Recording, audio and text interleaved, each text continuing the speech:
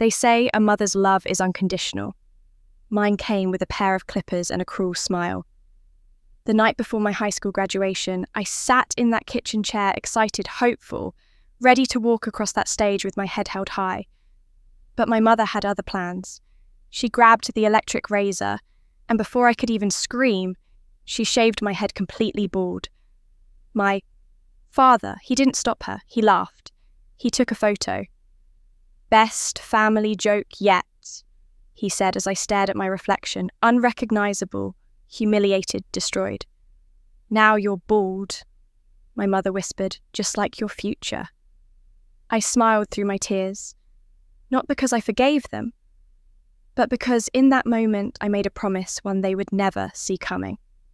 15 years later, they would beg for my mercy. My brother's empire would crumble. My mother would face a courtroom, her crimes exposed for the world to see. And my father, he would finally speak the truth he'd hidden for 30 years. This is the story of how I turned their cruelest joke into their worst nightmare. And trust me, you won't believe how it ends. Stay with me, because revenge is a dish best served bald. My name is Erica Perry.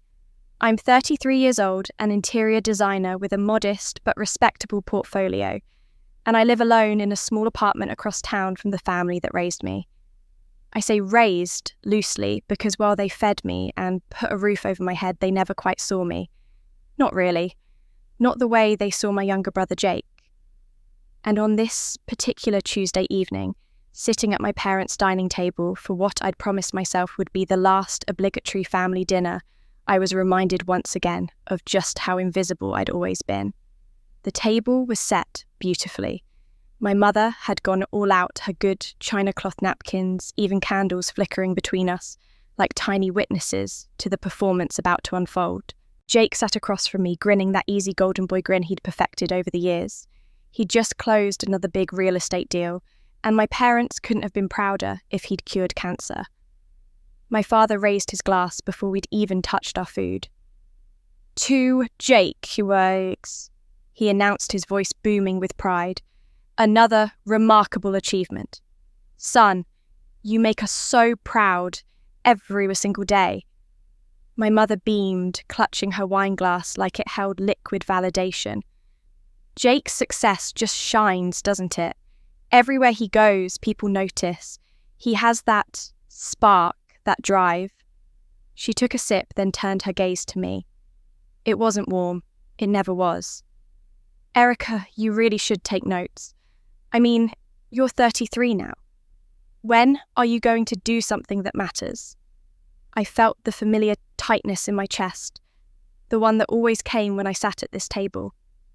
I'd learned long ago not to argue, not to defend myself. What was the point? I'd graduated with honours. I'd built a career from nothing, working 2 jobs to put myself through design school while living in a room so small I could touch both walls with my arms outstretched. I'd won a regional design award just last year, but none of that ever seemed to register with them.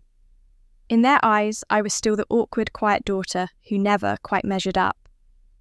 "Jake's success shines," my mother continued, swirling her wine as if she were making a toast at a gala instead of cutting her daughter down at a family dinner. "Erica, you just don't try hard enough. If you put in half the effort Jake does, maybe you'd have something to show for yourself by now." Jake shifted uncomfortably but said nothing. He never did. That was our unspoken agreement. He stayed silent while they tore me apart, and I stayed silent while they built him monuments. My father nodded along, already refilling his plate, as if my presence at the table was purely decorative. I wanted to scream.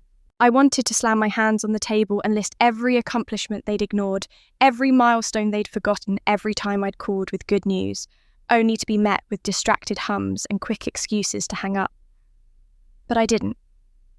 I just sat there, fork in hand, nodding politely like I'd done 1,000 times before, because some part of me, some foolish, childish part, still believed that if I was patient enough, if I loved them hard enough, if I just kept showing up, they would finally see me. They would finally care. But that night, as I drove home, alone through empty streets, my hands gripping the steering wheel a little too tight, something shifted inside me. I realised that silence wasn't protection. It wasn't dignity or grace. It was a prison I'd built around myself, brick by brick, dinner by dinner, hoping that one day the walls would turn into windows and they'd finally look through and see who I really was. That night I realised silence was my only armour, but armour can become a prison. But that realisation didn't come to me at 33, sitting in my car after another soul-crushing family dinner. No, the real moment, the one that changed everything, happened 15 years earlier, the night before my high school graduation. I was 18, then still living under my parents' roof, still believing that if I just achieved enough, worked hard enough, smiled bright enough, they would finally look at me and see something worth loving. Graduation felt like my ticket to that recognition. I'd earned honours, I'd been accepted to college on a partial scholarship, and for once I thought maybe this would be the moment they'd be proud of me. I was so naive. It was a Thursday evening in late May, warm and sticky, the kind of night where the air clings to your skin. I'd spent the afternoon ironing my white graduation gown, imagining how I'd wear my hair down in long curls the way I'd seen in magazines. My hair was my one vanity, the one thing about myself I actually liked. It was thick and blonde and fell halfway down my back in waves that caught the light. My mother used to comment on it when I was younger, before Jake was born, before I became invisible. She'd run her fingers through it and tell me I looked like a princess. I held onto that memory like a lifeline, even though I knew better than to expect anything from her anymore. That evening, I was in my room studying for a final exam when I heard the crash downstairs. It was loud enough to make me jump, something heavy hitting the floor, followed by a sound I'd never heard from my mother before. A wail, raw and guttural, like an animal in pain. I ran downstairs and found her in the hallway outside the linen closet, surrounded by old boxes she'd pulled down from the top shelf. She was on her knees, clutching something small and white in her hands, rocking back and forth. My father stood in the doorway, frozen, his face pale. He didn't move to comfort her, he just stared. I approached carefully. "Mum, are you okay?" "What happened?" She didn't answer me. She just kept staring at the thing in her hands. And when I got close enough, I saw it was an ivory comb, delicate and old-fashioned, with tiny pearls inlaid along the spine. It looked expensive, antique. Her fingers traced the pearls over and over, and tears streamed down her face in silence, now her lips moving but no sound coming out. Then she looked up at me, really looked at me, and something in her eyes made my blood run cold. It wasn't recognition exactly, it was something else, something broken and wild and far away. Her gaze travelled from my face to my hair, and her expression twisted into something I couldn't name. Grief, rage. Both. "Come here," she whispered. I should have run. Every instinct in my body screamed at me to turn around and lock myself in my room, but I was 18 and still stupidly hopeful, still desperate for any scrap of her attention, even this. So I walked closer. She stood, abruptly grabbed my wrist with shocking strength and dragged me toward the kitchen. "Sit down," she commanded, pointing at one of the wooden chairs. Her voice had gone flat, empty. "Mum, what's wrong? Please talk to me. Sit down." I sat. My father had followed us into the kitchen but stayed near the doorway, his arms crossed, his face unreadable. He didn't intervene, he never did. My mother disappeared into the utility closet and came back holding my father's electric clippers, the ones he used to trim his hair. My heart started pounding. "Mum, what are you doing?"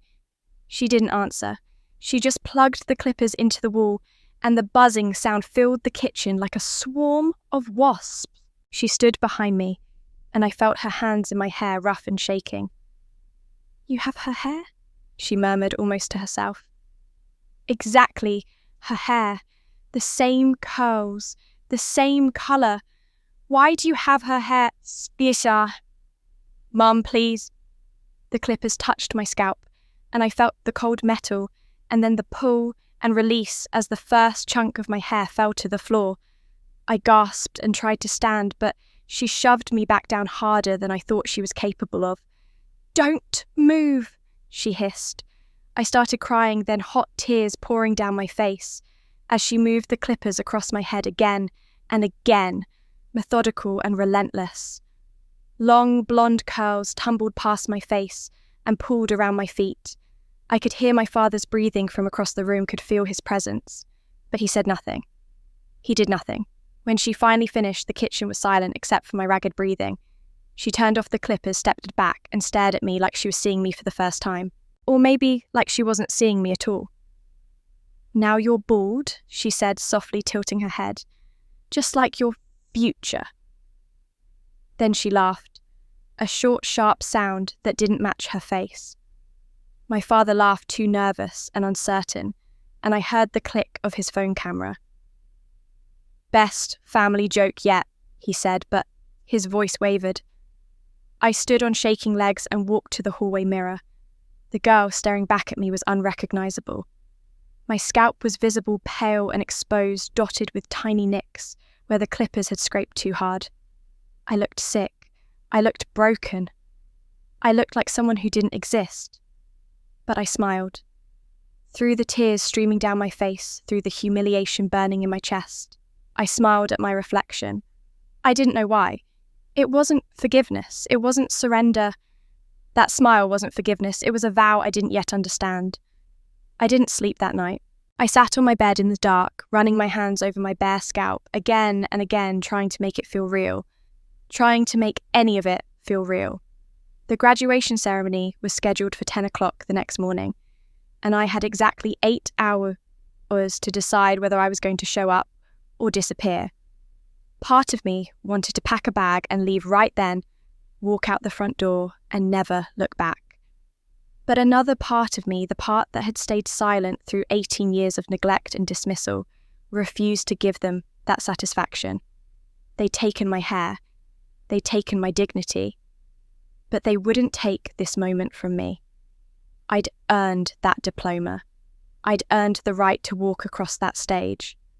So when the sun rose and my alarm went off, I got dressed, put on my white graduation gown, and carefully positioned the cap on my head, adjusting it until it covered as much of my scalp as possible. My mother was already in the kitchen when I came downstairs, pouring coffee like it was any other morning. She glanced up at me briefly, her face neutral, and said, "We're leaving in 20 minutes. Don't be late." No apology, no acknowledgement of what she'd done. My father sat at the table reading the newspaper, and when he saw me, he smiled. Actually smiled, like we were all in on some private joke I'd somehow agreed to. The drive to the school was suffocating. My mother chatted about the weather. My father hummed along to the radio. Jake sat in the back seat next to me, 14 years old, and staring out the window, pretending I wasn't there. I pressed my forehead against the cool glass and watched the familiar streets pass by, feeling like I was watching my own life from somewhere very far away. When we arrived at the school, the parking lot was already crowded with families and students in matching white gowns. I could see groups of my classmates laughing and taking pictures, their caps decorated with glitter and paint, their faces glowing with excitement. I pulled my cap down lower and followed my parents toward the auditorium entrance, keeping my head down, praying no one would notice me. But of course they noticed. "Oh my God, is that Erica Perry?" I heard someone whisper behind me. I didn't turn around. I just kept walking. What happened to her hair? Did she shave it, like on purpose? She looks like she's sick or something. The whispers followed me like flies. I took my seat in the alphabetical lineup sandwiched between Amanda Patterson and Marcus Quinn, both of whom stared at me, with barely concealed shock. Amanda leaned over and whispered, "Erica, what happened? Are you okay?" I didn't trust myself to speak. I just nodded and kept my eyes forward, focusing on the stage ahead, counting down the minutes until this would be over. The ceremony began, and I sat through the principal's speech, the valedictorian's address, the choir's performance, all of it blurring together into white noise. My parents sat somewhere in the middle of the auditorium, and I could see my mother's head turning as she chatted with the woman next to her, laughing at something completely at ease. When people around them glanced my way and then back at my parents with confused expressions, my mother just smiled wider and waved. I watched her lean towards someone and say something, and though I couldn't hear the words, I saw the woman nod and smile back, reassured. Later, during the reception on the lawn, I overheard my mother telling a cluster of other parents, "Oh, Erica loves making bold statements. She's always been so independent, wanted to do something memorable for graduation. We support her creativity 100%. She said it with such conviction, such warmth, that the other parents nodded approvingly. My father stood beside her with his camera snapping photos of me from a distance, like a proud dad documenting his daughter's big day. I wanted to scream. I wanted to walk over there and tell them all the truth, show them what she'd done, make them see. But I didn't. I just stood there holding my diploma, the heavy paper proof that I'd survived, that I'd accomplished something they couldn't take away.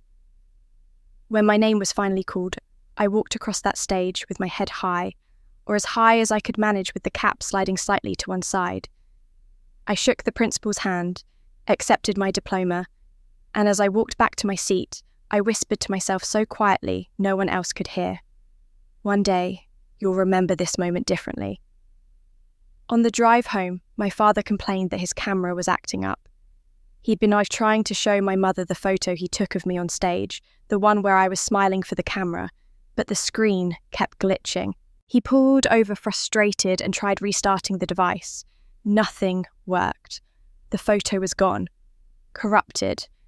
He scrolled through his entire camera roll bewildered and found that every single photo from that morning had vanished except for one, the one from last night in the kitchen, the one of me, bald and crying. He stared at his phone confused, then shoved it back in his pocket. "Piece of junk," he muttered. "I'll take it to the store tomorrow." But he never did, and that photo was never recovered. My mother sighed and said, "Well, it's not like we need pictures to remember today. It was perfect, wasn't it?" I looked out the window and said nothing. They laughed that day. But even fate had begun keeping score. I didn't wait. I didn't give myself time to second guess or talk myself into staying just a little longer. That same afternoon, while my parents were in the living room watching television, and Jake was in his room playing video games, I went upstairs and pulled my old duffel bag from the closet. I packed quickly and quietly, hands shaking adrenaline, making my movements sharp and efficient. 2 pairs of jeans, a week's worth of underwear and socks, 4 shirts, a sweater, my toothbrush, the small jewellery box my grandmother had given me when I was 10, my diploma, my birth certificate and social security card, which I'd hidden in my desk drawer years ago in case I ever needed them. And that was it. Everything that mattered to me in the world fit into one bag. I had $347 in my savings account money I'd earned from babysitting and tutoring over the past 2 years. It wasn't much, but it was mine. I'd been saving for college textbooks, but now it would have to cover everything rent, food, survival. I crept downstairs, my heart pounding so hard I thought they'd hear it from the other room, and slipped out the back door without a sound. I didn't leave a note. I didn't say goodbye. I just walked down the driveway, turned the corner and kept walking until the house disappeared behind me. I had no plan, no destination. I just knew I couldn't spend one more night under that roof. I walked for hours through neighbourhoods I'd known my entire life, carrying that duffel bag on my shoulder, until my arm went numb, and eventually I found myself at the public library. It was still open for another 2 hours, so I went inside, sat down at one of the computers and started searching. Rooms for rent, jobs hiring immediately, community college enrollment deadlines. Anything that could help me figure out how to survive the next week, the next month, the next year. By the time the library closed, I'd found a room in a shared house on the east side of town. A woman named Dolores was renting out her spare bedroom for $250 a month. Utilities included no deposit required if I could pay the first month up front. I called her from the payphone outside the library, my voice steadier than I felt, and she told me I could come see it that night if I wanted. I did. The room was barely bigger than a closet. It had a twin bed with a sagging mattress, a wooden dresser with a drawer that didn't close all the way, and a window that looked out onto an alley where stray cats fought over garbage. But it had a door that locked. It was mine. I paid Dolores in cash, and she handed me a key on a plastic keychain shaped like a daisy. I sat on that bed, in that tiny room that smelled like mothballs and old carpet, and I cried harder than I'd cried the night before. But this time, it wasn't because I was broken. It was because I was free. The next morning, I woke up at 5, put on my best pair of jeans and the nicest shirt I owned and started knocking on doors. I needed work immediately, and I wasn't picky. By noon, I'd landed a job at a diner called Rosie's, working the breakfast and lunch shift, 6 days a week for $7 an hour plus tips. It was grueling work, hot kitchens, rude customers, standing on my feet for 8 hours straight, but the tips were decent, and Rosie, the owner, let me take home leftover food at the end of my shift. That alone saved me from starving. 2 weeks later, I picked up a second job stocking shelves at a grocery store 3 nights a week. I worked from 6 in the morning until 2 in the afternoon at the diner, went home to sleep for a few hours, then worked at the grocery store from 7 at night until midnight. On Sundays, my only day off, I slept as much as I could and tried to remember what it felt like to be human. I enrolled at the community college that fall, taking 2 classes to start, Introduction to Design and Basic Drawing. I could only afford 2, because tuition was $120 per credit hour, and even with financial aid, I was paying out of pocket for books and supplies. I did my homework on my dinner breaks at the diner, sketching furniture designs on napkins and reading textbooks under the fluorescent lights, while the cook smoked cigarettes out back. I was exhausted all the time. My body ached. My hands were always raw from washing dishes and lifting boxes. But I was learning. I was moving forward. The loneliness was the hardest part. I had no friends, no family, no one to call when the weight of it all felt too heavy. I'd cut contact completely, blocked my parents' numbers, deleted my social media accounts, made myself unreachable. I told myself it was necessary, that I couldn't heal if I kept letting them wound me. But there were nights when I lay in that narrow bed, staring at the ceiling, listening to Dolores snoring through the wall, and I felt so alone I could barely breathe. Still, there was something else I felt too, something I hadn't felt in 18 years of living in my parents' house. I felt like I belonged to myself. Every choice I made, every dollar I earned, every exhausted step forward, it was mine. No one was telling me I wasn't good enough. No one was laughing at me or dismissing my dreams.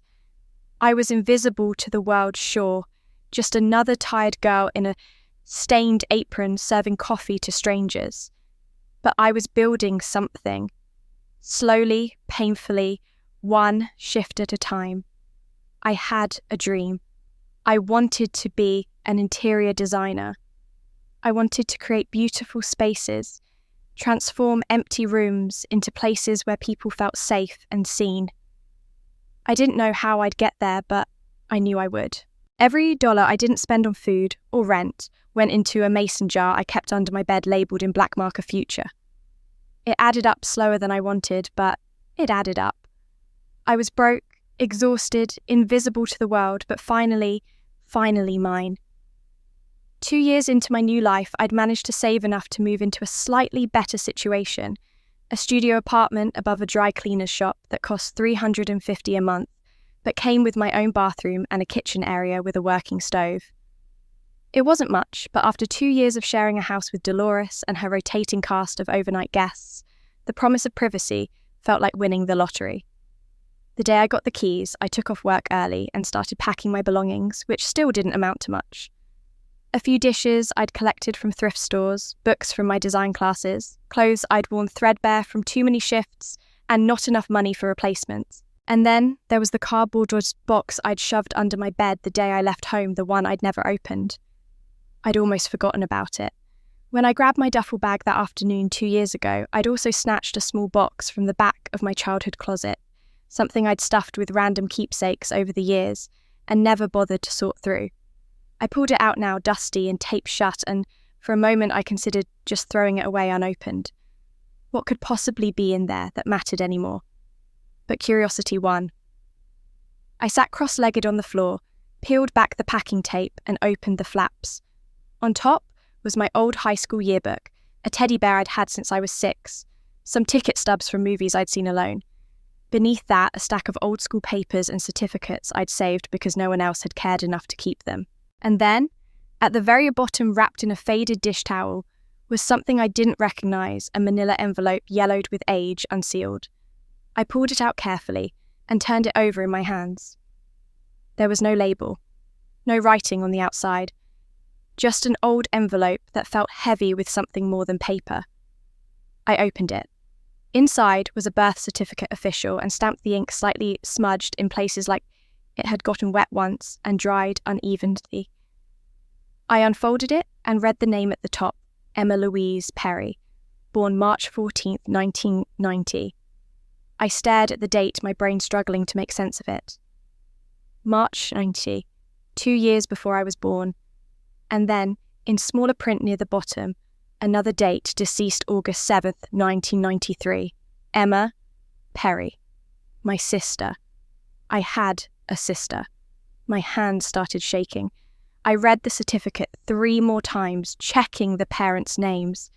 Yes, my mother and father. Checking the hospital. Checking every detail to make sure this was real. It was real. Emma had existed. She'd been alive for 3 years and then she was gone and no one had ever told me. Not once in 18 years of living in that house had anyone mentioned her name. I dumped the rest of the envelope's contents onto the floor.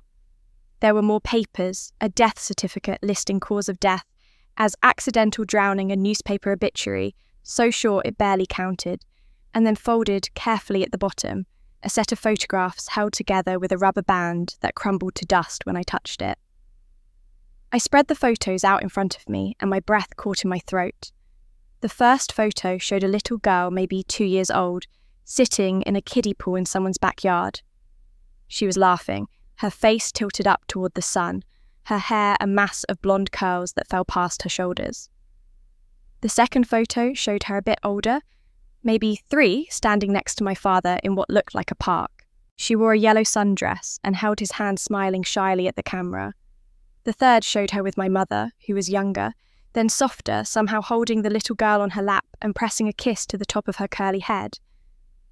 I picked up the first photo again and looked closer at the little girl's face, the shape of her eyes, the curve of her smile, the exact shade of her blonde curls.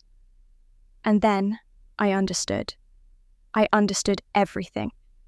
She looked exactly like me, or I looked exactly like her. Same eyes, same nose, same smile, same hair that curled in thick waves when it grew long enough. We could have been twins separated by time. I set the photo down and pressed my hands to my face, trying to breathe through the sudden crushing weight in my chest. My mother hadn't seen me that night in the kitchen. She'd seen Emma. Every time she looked at me growing up, every time I smiled or laughed or walked into a room, she'd seen the daughter she lost. I wasn't Erica to her.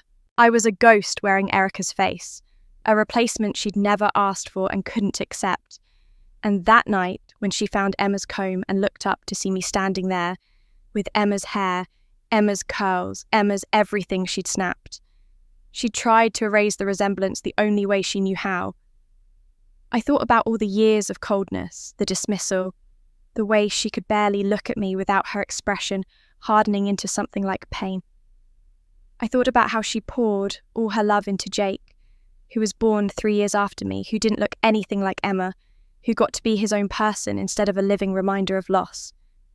And I thought about how she'd never told me, how she'd let me grow up thinking I was inherently unlovable, inherently wrong, when the truth was I'd been paying for someone else's tragedy from the moment I was born. I gathered the photos and the certificates and held them in my lap, staring at Emma's face. My sister. The girl I replaced without knowing it. The reason my mother couldn't love me. I felt a strange mixture of grief for a child I never met and rage at a mother who'd punished me for surviving when Emma hadn't. Part of me wanted to understand her pain to make excuses for her cruelty. But the larger part of me, the part that had been shaved bald and mocked and abandoned, couldn't forgive the fact that she'd made her grief my burden to carry. I was born into a role I never auditioned for, the understudy for a child who'd already exited the stage. And no matter how hard I tried, no matter what I achieved or how perfectly I performed, I would never be good enough because I would never be her. My curse didn't begin that graduation night. It began with a sister I never knew existed. That discovery changed something fundamental in me. Knowing about Emma didn't make my mother's cruelty hurt less, but it gave the pain a shape I could understand. She hadn't hated me because I was inherently worthless. She'd hated me because I reminded her of everything she'd lost. It was a twisted, unfair kind of logic, but it was logic nonetheless. And somehow, understanding that freed something inside me. I stopped waiting for her approval. I stopped imagining the day she'd finally see me and realize I mattered. Instead, I channeled every ounce of energy I had into becoming someone I could be proud of, whether anyone else noticed or not. I finished my associate degree at community college with a perfect grade point average, then transferred to the state university on a partial scholarship I'd applied for without telling a soul. I worked 40 hours a week at a furniture showroom during the day and took classes at night, surviving on 4 hours of sleep and an unwavering belief that if I could just make it through, everything would be worth it. I had no safety net, no family to call if I fell, no one to co-sign loans or help with rent. Every semester, I scraped together tuition by working overtime and eating nothing but rice and canned vegetables for weeks at a time. But I never missed a deadline. I never turned in subpar work. I treated every project like it was the one that would define me because, in a way, it was. My professors noticed. One of them, a woman named Dr. Marianne Chen, who taught advanced spatial design, pulled me aside after class one evening during my junior year and told me I had real talent, the kind that didn't come along often. She said I saw things other students didn't. The way light moved through a room, the way colour could change a person's mood, the way furniture could tell a story about the people who lived there. She asked if I'd ever considered working for a firm after graduation, and I almost laughed. Of course I had. It was all I thought about. She handed me a business card for a prestigious design firm downtown called Harlow & Associates and told me to use her name when I applied. I graduated with honours 2 years later, my cap decorated with nothing but my name written in gold paint. There was no one in the audience to watch me walk across the stage. I took a selfie with my diploma afterwards, standing alone on the lawn, while families swarmed around me celebrating, and I told myself it didn't matter. I'd done it. I'd made it. That was enough. I applied to Harlow & Associates the next day, and a week later they called me in for an interview. I wore a suit I'd bought at a consignment shop and carried a portfolio I'd stayed up all night perfecting. And when I walked into that glass tower downtown, I felt like I was stepping into a different world. The firm was everything I dreamed of: sleek offices, floor-to-ceiling windows, a client list that included hotels and corporate headquarters, and the kind of people who had money to spend on beauty. They hired me as a junior designer, which meant I spent my first year doing grunt work, organising samples, drafting floor plans, running errands for senior designers who barely remembered my name. But I didn't care. I was inside. I was learning. And I was good. By my second year, I was being trusted with small residential projects. By my third year, I was leading design teams. I developed a reputation for being dependable, detail-oriented, and tireless. I stayed late when everyone else went home. I volunteered for the projects no one else wanted. I listened carefully to what clients said they wanted, and then delivered something even better, something they hadn't known they needed. Word spread. Clients started requesting me specifically. My boss gave me a raise and a private office with my name on the door. I won a regional design award when I was 29 for a hotel lobby renovation that transformed a dated space into something people travelled to see. The local design magazine ran a feature on me, and for a brief, dizzying moment, I let myself imagine my parents seeing it, reading about my success, realising they'd been wrong about me all along. But I knew better. They didn't read design magazines. They didn't know where I worked or what I'd accomplished. As far as they were concerned, I'd vanished the day I left home, and I'd kept it that way on purpose. I built a life that had nothing to do with them. I had colleagues who respected me, clients who trusted me, and a bank account that finally had more than 3 digits in it. I moved into a real apartment with a bedroom and a living room and windows that didn't face an alley. I bought myself a good mattress and a couch that didn't sag and dishes that matched. Small victories, but they felt enormous. I was 33 years old, financially stable, professionally accomplished, and completely alone. I didn't date. I didn't make close friends. I told myself it was because I was focused on my career, but the truth was, I didn't know how to let people in. I'd spent so many years in survival mode, keeping my head down and my guard up, that I'd forgotten how to be anything else. At work, I was polite and competent. At home, I was a ghost moving through empty rooms. I told myself I was happy. I told myself success was enough. But on nights when the apartment felt too quiet, when I lay in bed staring at the ceiling and thought about the fact that no one on earth would notice if I disappeared tomorrow, I wondered if any of it mattered. I'd proven I could survive. I'd proven I could succeed. But success felt hollow when there was no one to share it with. No one who'd watched me climb out of the pit and could appreciate how far I'd come. I existed in a strange kind of limbo, visible to strangers, invisible to the people who were supposed to love me. The design community knew my name. My portfolio spoke for itself, but the family who'd broken me had no idea I'd put myself back together, and that absence ached in ways I couldn't articulate. But success means little when the people who broke you never see you whole. That truth stayed with me through every professional milestone, every promotion, every moment I should have felt proud. And then, one ordinary Tuesday afternoon, 15 years after I'd walked out that back door, an envelope arrived in my mailbox that changed everything. It was cream-coloured, expensive-looking, the kind of formal stationery people used for weddings or important announcements. My name and address were written in elegant calligraphy I didn't recognise. There was no return address, but when I opened it, I knew immediately where it had come from. It was an invitation to my mother's 60th birthday party, formal, catered, at their home on a Saturday evening 3 weeks away. At the bottom, in that same perfect script, someone had written, "We hope you can join us." It's been too long. I stood in my kitchen holding that card, my hands trembling slightly, and felt 15 years of carefully constructed distance collapse in an instant. They knew where I lived. They'd tracked me down somehow, found my address, decided after a decade and a half of silence that now was the time to reach out. Not with an apology, not with an acknowledgement of what they'd done, just an invitation, polite and impersonal, like I was a distant cousin they'd lost touch with rather than a daughter they'd destroyed. My first instinct was to throw it away. My second was to send it back with a note telling them exactly what I thought of their audacity. But I did neither. Instead, I propped it up on my kitchen counter and stared at it every morning while I drank my coffee, trying to figure out what I wanted. Did I want to see them again?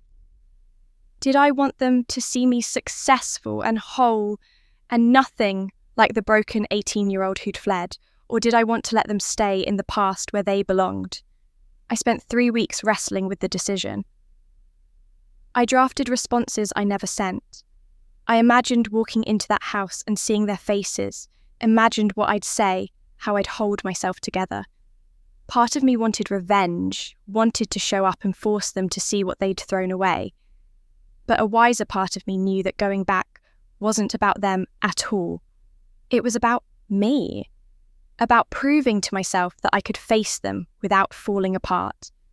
That I could close this chapter once and for all. On the day of the party, I dressed carefully.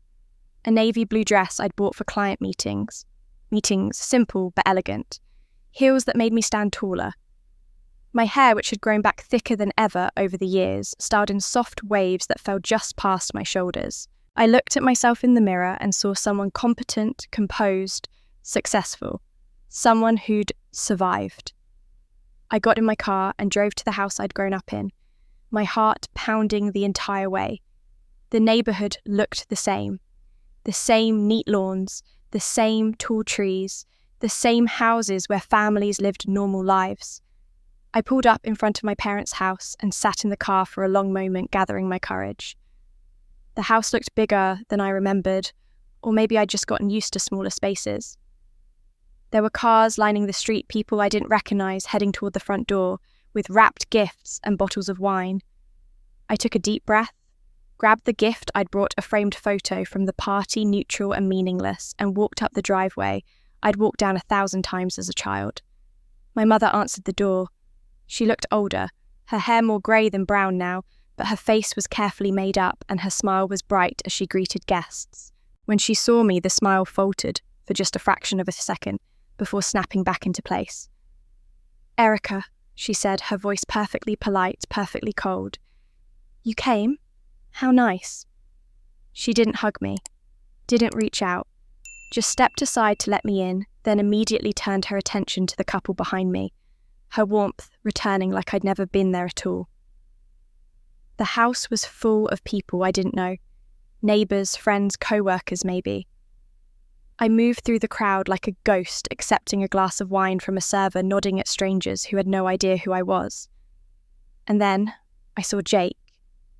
He was standing near the fireplace, surrounded by a small group of people who were listening intently as he spoke, laughing at the right moments, nodding along. He looked good, successful, confident, wearing an expensive suit and a Rolex I could spot from across the room. When he saw me, he did a double take, clearly shocked, then recovered quickly and made his way over. "Erica," he said, extending his hand like we were business acquaintances. "Wow, I didn't think you'd actually show up."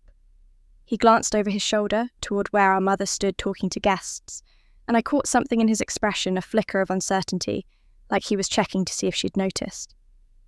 "I'm in real estate now," he continued, turning back to me. "Just closed a huge development deal downtown. Biggest project of my career. You should see the renderings, they're incredible. We're talking condos, retail spaces, maybe even a boutique hotel. It's going to transform the whole area." He spoke quickly, enthusiastically, but I noticed he kept glancing toward our mother, between sentences, his eyes darting to her face, as if seeking confirmation that what he was saying was acceptable. It was subtle, most people probably wouldn't have caught it, but I'd spent 18 years watching family dynamics from the outside, and I recognized the pattern. He wasn't talking to me, he was performing for her. And when she finally glanced his way and gave a small nod of approval, his shoulders relaxed slightly. My father appeared from the kitchen, carrying a tray of appetizers with the careful concentration of someone who'd had one drink too many. He looked different, thinner than I remembered his face, gaunt, his skin pale. He had a persistent, dry cough that punctuated his conversations, and when he caught sight of me, he froze mid-step, the tray tilting dangerously in his hands. "Erica," he said quietly, his voice hoarse. He didn't smile. He just stood there staring at me like he'd seen a ghost, then set the tray down and disappeared back into the kitchen without another word. I stayed for an hour, drifting through rooms that felt both familiar and alien, watching my family interact with people who actually mattered to them. No one asked where I'd been for 15 years. No one asked about my life, my work, my existence, and I was a stranger at my own mother's birthday party, invisible all over again.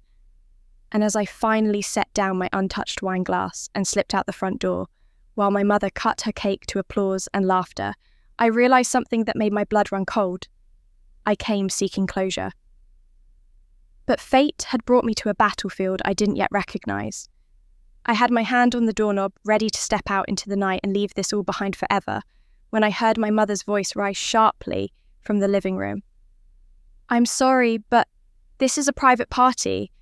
I don't know who you are or how you got this address, but I'm going to have to ask you to leave."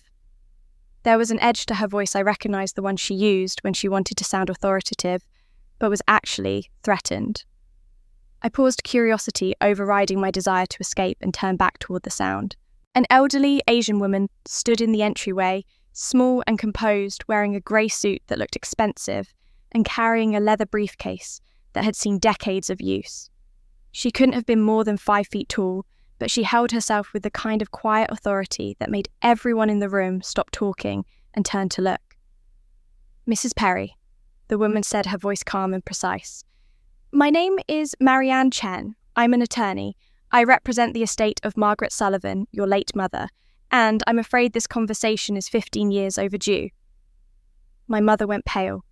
The room had gone completely silent now, all the party guests watching this unexpected drama unfold. My father emerged from the kitchen and Jake moved closer to our mother's side, his expression confused. I stayed near the door, frozen, my heart suddenly pounding. Margaret Sullivan, my grandmother. I'd barely known her. She'd lived 3 states away and visited maybe once a year when I was very young. I'd heard she'd passed away years ago, but no one had told me when or invited me to any funeral. I'd assumed I'd been deliberately excluded, which hadn't surprised me. Mrs. Chen's gaze swept the room and landed on me. Something shifted in her expression. Recognition, maybe, though I had no idea how she'd know who I was. "Is there somewhere we can speak privately?" she asked, looking back at my mother. "This concerns the entire family, including your daughter." She gestured toward me. My mother's jaw tightened. "This isn't the time or place." "I disagree," Mrs. Chen interrupted smoothly. "I've been trying to reach you for 9 years, Mrs. Perry. You've ignored every letter, every phone call, every certified document I've sent.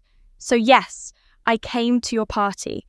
And yes, we're going to have this conversation now with witnesses present, because you've left me no choice." She turned to the room full of guests. "I apologise for the interruption. This is a family legal matter that requires immediate attention. If you could give us a few moments of privacy, I'm sure Mrs. Perry will resume her celebration shortly." The guests began filtering out onto the back patio, whispering to each other, shooting curious glances over their shoulders. My mother looked like she wanted to physically throw Mrs. Chen out, but she was trapped by social convention and the presence of too many witnesses. When the living room had cleared, except for my parents, Jake, myself, and Mrs. Chen, the lawyer set her briefcase on the coffee table and opened it with practiced efficiency.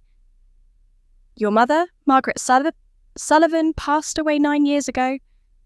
Mrs. Chen began pulling out a thick folder of documents. "She left a will, a very specific will, and according to its terms, the estate was to be distributed when certain conditions were met." She looked directly at my mother. "You were named as executor, Mrs. Perry, which means you were legally obligated to inform all beneficiaries of the will's contents and to ensure its terms were carried out properly. You did not do that." My mother's face had gone from pale to red. "I don't know what you're talking about." "Don't lie to me," Mrs. Chen said, her voice still calm but sharp as a blade. "I have documentation of every letter I sent you, every attempt at contact. You knew exactly what your mother's wishes were and you chose to hide them." She pulled out a document and held it up. Margaret Sullivan's estate, valued at approximately $1.2 million, was to be held in trust until one of her grandchildren met the following conditions: ownership and operation of a registered business for at least 2 consecutive years, documented annual income of $50,000 or more earned independently, a clean criminal record, and all of this to be achieved by the age of 35. Jake stepped forward, his face lighting up. "I have a clean record. I make way more than $50,000 a year. I've been working in real estate for—" "You don't own your business, Mr. Perry," Mrs. Chen interrupted, glancing at her notes. "You're employed by Hillside Development Corporation. You receive a salary and commissions, but you don't own the company. The terms require ownership." She turned to me. "Erica Perry, age 33, owner and operator of Perry Design Consultancy, registered for business 3 years ago. Annual income last year was $78,000. Clean record." She smiled slightly. "You meet all the conditions. You are the sole beneficiary of your grandmother's estate. The room tilted. I grabbed the back of a chair to steady myself, my mind reeling. $1.2 million. My grandmother had left her estate to whichever grandchild could prove they'd built something real, something independent. And my mother had hidden it. For 9 years she'd hidden it, hoping I'd never find out, hoping I'd fail, hoping Jake would somehow qualify. Instead, this is absurd, my mother spat. Erica abandoned this family 15 years ago. She doesn't deserve. What she deserves is irrelevant, Miss Chen said firmly. What matters is what your mother wanted, and your mother wanted her estate to go to the grandchild who could stand on their own 2 feet without family money or connections. She was very clear about that. She turned to me, her expression softening slightly. Your grandmother spoke about you often, Erica. She knew what was happening in this house. She knew how you were treated. And she wanted to make sure that if you survived, if you built something for yourself, you'd be rewarded for it. I couldn't speak. I could barely breathe. My mother was shaking with rage. My father looked like he might be sick, and Jake stood there in his expensive suit, looking stunned and betrayed, like someone had just told him the rules of a game he thought he'd already won. Mrs. Chen pulled out a business card and handed it to me. I'll need you to come to my office next week to sign the paperwork and discuss the transfer of assets. But as of today, legally, that inheritance is yours. Your mother can't touch it. Your family can't contest it. Your grandmother made sure of that. I took the card with shaking hands. Behind me, I heard my mother start to cry, angry, frustrated tears, and my father put his arm around her, while Jake stared at me, like I'd stolen something that belonged to him. But I hadn't stolen anything. I'd survived. I'd built a life. I'd done exactly what my grandmother had hoped I would do. For the first time in my life, fate handed me a weapon they couldn't take away. Mrs. Chen must have seen something in my face. The shock, the disbelief, the way I was gripping her business card like it was the only solid thing in a world that had just turned upside down, because she gently touched my elbow and said, "Why don't we step outside for a moment? I think you could use some air." Behind us, my mother was demanding to see documentation. My father was trying to calm her down, and Jake had sunk onto the couch with his head in his hands. I let Mrs. Chen guide me through the kitchen and out the back door onto the patio, where party guests were still milling around with drinks, pretending they hadn't just witnessed a family implosion. We walked past them down the steps into the backyard toward the far corner where an old wooden bench sat beneath a maple tree. The evening air was cool and smelled like cut grass, and I could hear the distant sound of traffic from the main road. Mrs. Chen waited until we were out of earshot before she spoke again. "I know this is overwhelming," she said quietly, "and I'm sorry I had to do it that way in front of everyone. But your mother has been avoiding me for 9 years.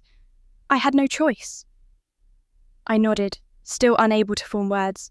My mind was spinning with 1,000 questions, but they all felt too big to voice.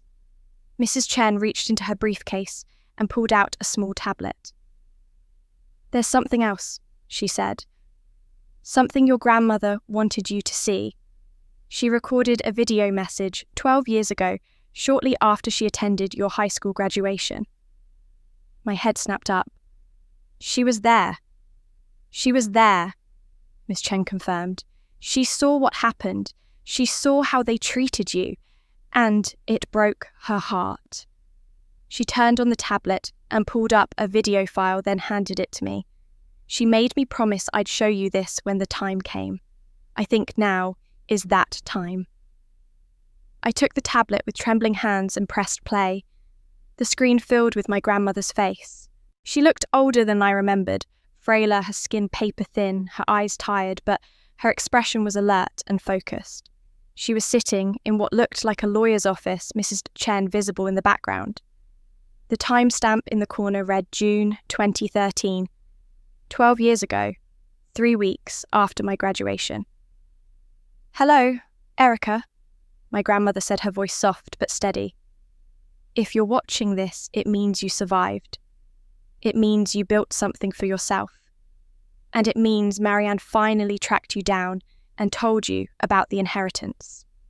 She paused and I saw her eyes grow wet. I'm so sorry I didn't do this sooner. I'm sorry I didn't do more when you needed me most. I felt tears streaming down my face, but I couldn't look away from the screen. My grandmother continued, I came to your graduation. I sat in the back where your parents wouldn't see me. And when you walked across that stage with your head covered, trying so hard to hold yourself together while people whispered and laughed, I knew I'd failed you. I'd known for years that something was wrong in that house, that your mother treated you differently than she treated Jake. But I told myself it wasn't my place to interfere. I told myself it would get better. I was wrong. She wiped her eyes with a tissue and took a shaky breath. I need to tell you something about your sister Emma. You probably don't even know you had a sister. Your mother never told you, did she? My grandmother's face hardened with anger. Emma was 3 years old when she died. Your mother and I were both there that day. We were at my house and Emma was playing in the backyard. Your mother was inside talking on the phone and I was in the kitchen making lunch. Neither of us was watching closely enough. Emma wandered over to the pool. By the time I found her, it was too late. My hand flew to my mouth. Mrs. Chen sat beside me quietly, giving me space to process. On the screen, my grandmother was crying openly now. Your mother blamed herself. I blamed myself. We never talked about it, never processed it, never healed from it. Your mother buried that grief so deep it poisoned everything.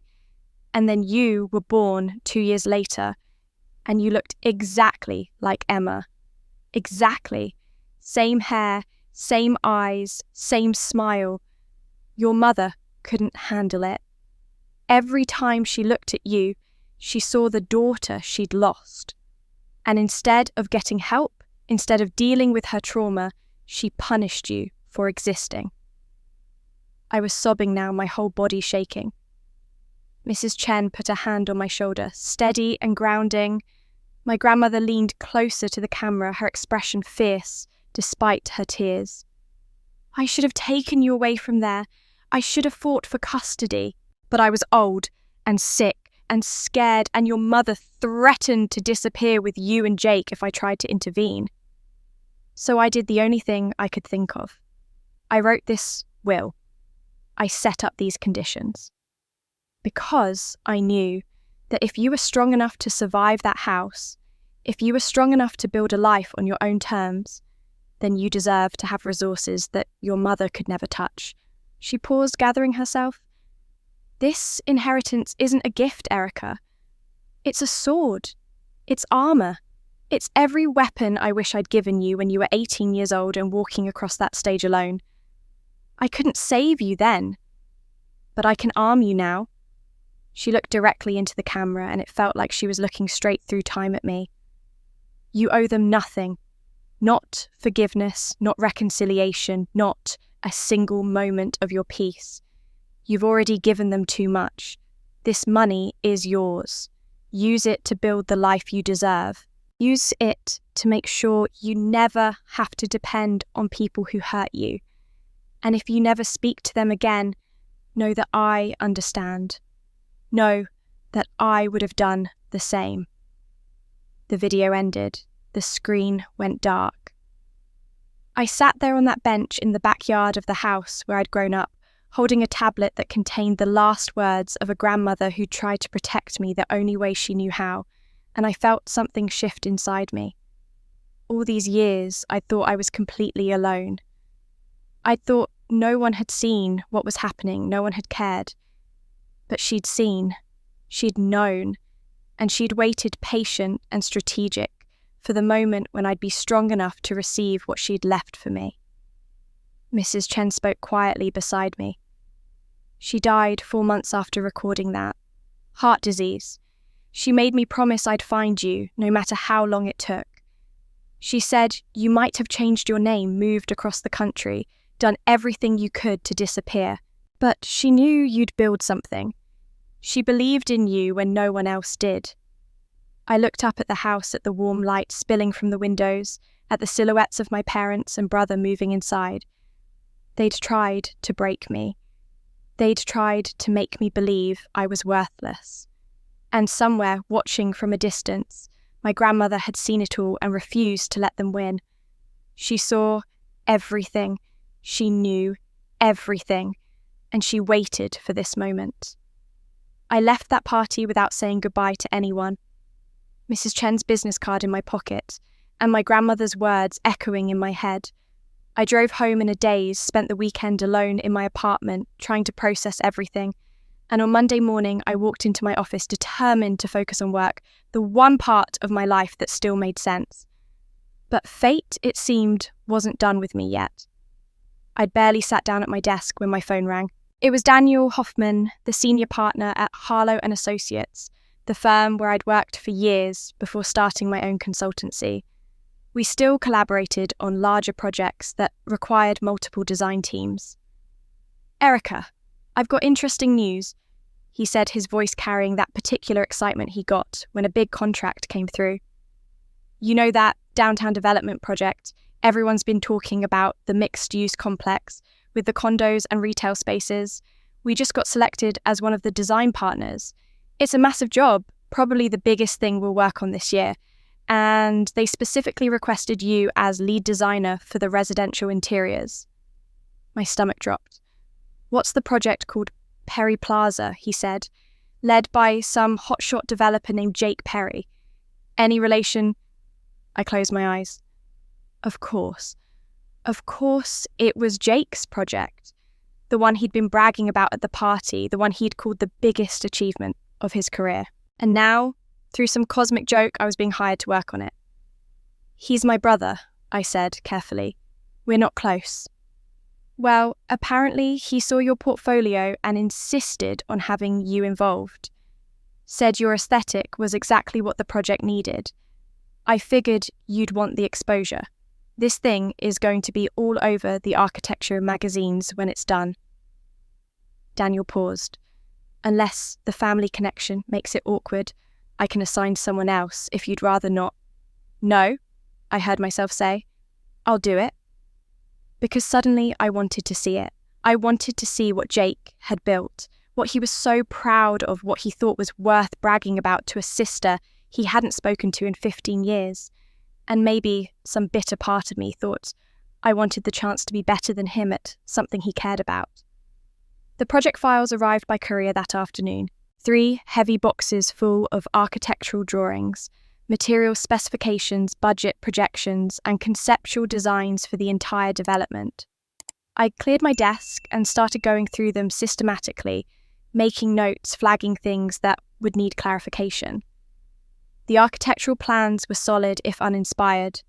The budget was generous. The timeline was aggressive but doable.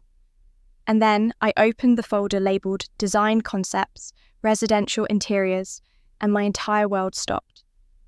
The first page showed a rendering of a luxury apartment living room. Open floor plan, floor-to-ceiling windows, a feature wall with geometric wood panelling furniture in warm neutrals with dual-tone accent pieces. It was beautiful, it was sophisticated, and it was mine. I designed that exact room 8 years ago when I was 25, still working at Harlow & Associates, still trying to build my portfolio. I'd spent weeks on that concept, developing it as a spec project for a design competition I never ended up entering because I couldn't afford the submission fee. I flipped to the next page with shaking hands. Another living room concept, this one, with an industrial modern aesthetic. Exposed brick metal fixtures, leather furniture. Mine. I designed it the same year. The next page showed a master bedroom with a statement headboard and layered textiles. Also mine. Page after page, design after design, all of them pulled directly from my old portfolio from work I'd done years ago and stored on my personal hard drive. And then I saw the notes, handwritten in Jake's distinctive scrawl scattered across the margins of my designs. Mum says make the windows bigger. Mum thinks too much wood, add more metal. Mum wants gold tones instead of brass. Mum says the headboard is too modern, needs to be softer. Every single note referenced our mother. Not a client, not a design committee, not his own creative vision. Our mother. I pulled out my phone and scrolled back through my photo archives to 8 years ago, back to the last time I'd visited home before cutting contact completely. I'd gone back for Thanksgiving that year, a mistake I'd regretted the moment I walked through the door. Jake had been in college studying business, and he'd asked to see my design work. I'd been stupidly proud to show him pulling up my portfolio on my laptop over coffee at the kitchen table, while our parents were out shopping. He'd seemed genuinely interested, asking questions, taking notes. I'd thought maybe we could have a relationship separate from our parents, something untainted by their toxicity. I'd even emailed him copies of some of my favourite projects. When he asked, telling myself it was nice that he cared about my work. He'd stolen them. He'd taken my designs, added our mother's notes like she was some kind of creative director, and built his entire residential concept around my work.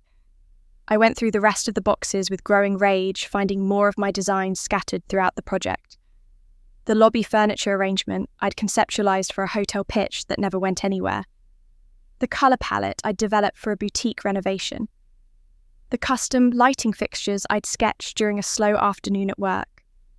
All of it repackaged, slightly modified, presented as his vision for Perry Plaza. I found his project statement buried in the third box. This development represents a new standard in urban luxury living. It read, drawing on years of design research and a deep understanding of contemporary aesthetics, Perry Plaza will offer residents a sophisticated lifestyle that balances comfort with elegance. Years of design research. My years. My research. My sleepless nights and skipped meals and countless hours of work that I'd poured into building something beautiful, something meaningful, something mine. And he'd taken it, not just copied it, but built his reputation on it, secured investors with it, it won this massive contract with it. Every article I'd seen about Jake Perry, rising star in real estate development, every award his projects had won, every client who'd hired him based on his portfolio, all of it was built on a foundation of my stolen work.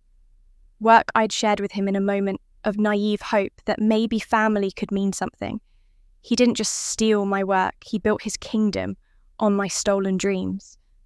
I spent 3 days documenting everything. I pulled every original file from my archives, every sketch, every dated draft, every piece of evidence that proved those designs were mine before Jake ever touched them. I contacted Mrs. Chen and explained what I'd found, and she listened with grim focus before telling me we had grounds for a copyright infringement claim. I felt vindicated, powerful, like I finally had proof of something. I'd always suspected that nothing in my family's golden narrative was real. But I should have known they wouldn't go down quietly. The first sign of trouble came in the form of a certified letter delivered to my office on a Thursday morning. It was from a law firm I didn't recognise representing Jake Perry and Perry Plaza Development. The language was cold and precise, accusing me of making defamatory statements about Mr. Perry's professional integrity and demanding I cease and desist all false claims regarding the origin of design concepts. They claimed to have a documentation proving all designs were collaborative works or properly licensed. If I continued to spread these malicious lies, they would pursue legal action for defamation and tortious interference with business relationships. The letter made me sound like a bitter, jealous sister trying to destroy her successful brother's career. I called Mrs. Chen immediately, my hands shaking with rage. They're threatening to sue me for defamation. I have proof. I have the original files with timestamps. I know, Mrs. Chen said calmly. This is an intimidation tactic. They're trying to scare you into silence before we can file anything. Don't respond to them directly. Let me handle it. She paused. But Erica, be prepared. If they're willing to go this far, they won't stop here. She was right. 2 days later, I noticed a man in a grey sedan parked across from my apartment when I left for work in the morning. He was still there when I came home that evening.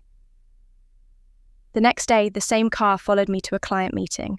I wasn't paranoid. I'd lived alone long enough to notice when I was being watched. When I mentioned it to Mrs. Chen, she sighed heavily. Private investigator, probably. They're building a file on you looking for anything they can use to discredit you. Be very careful about what you do and who you talk to. The pressure was suffocating. Every time my phone rang, I expected another legal threat.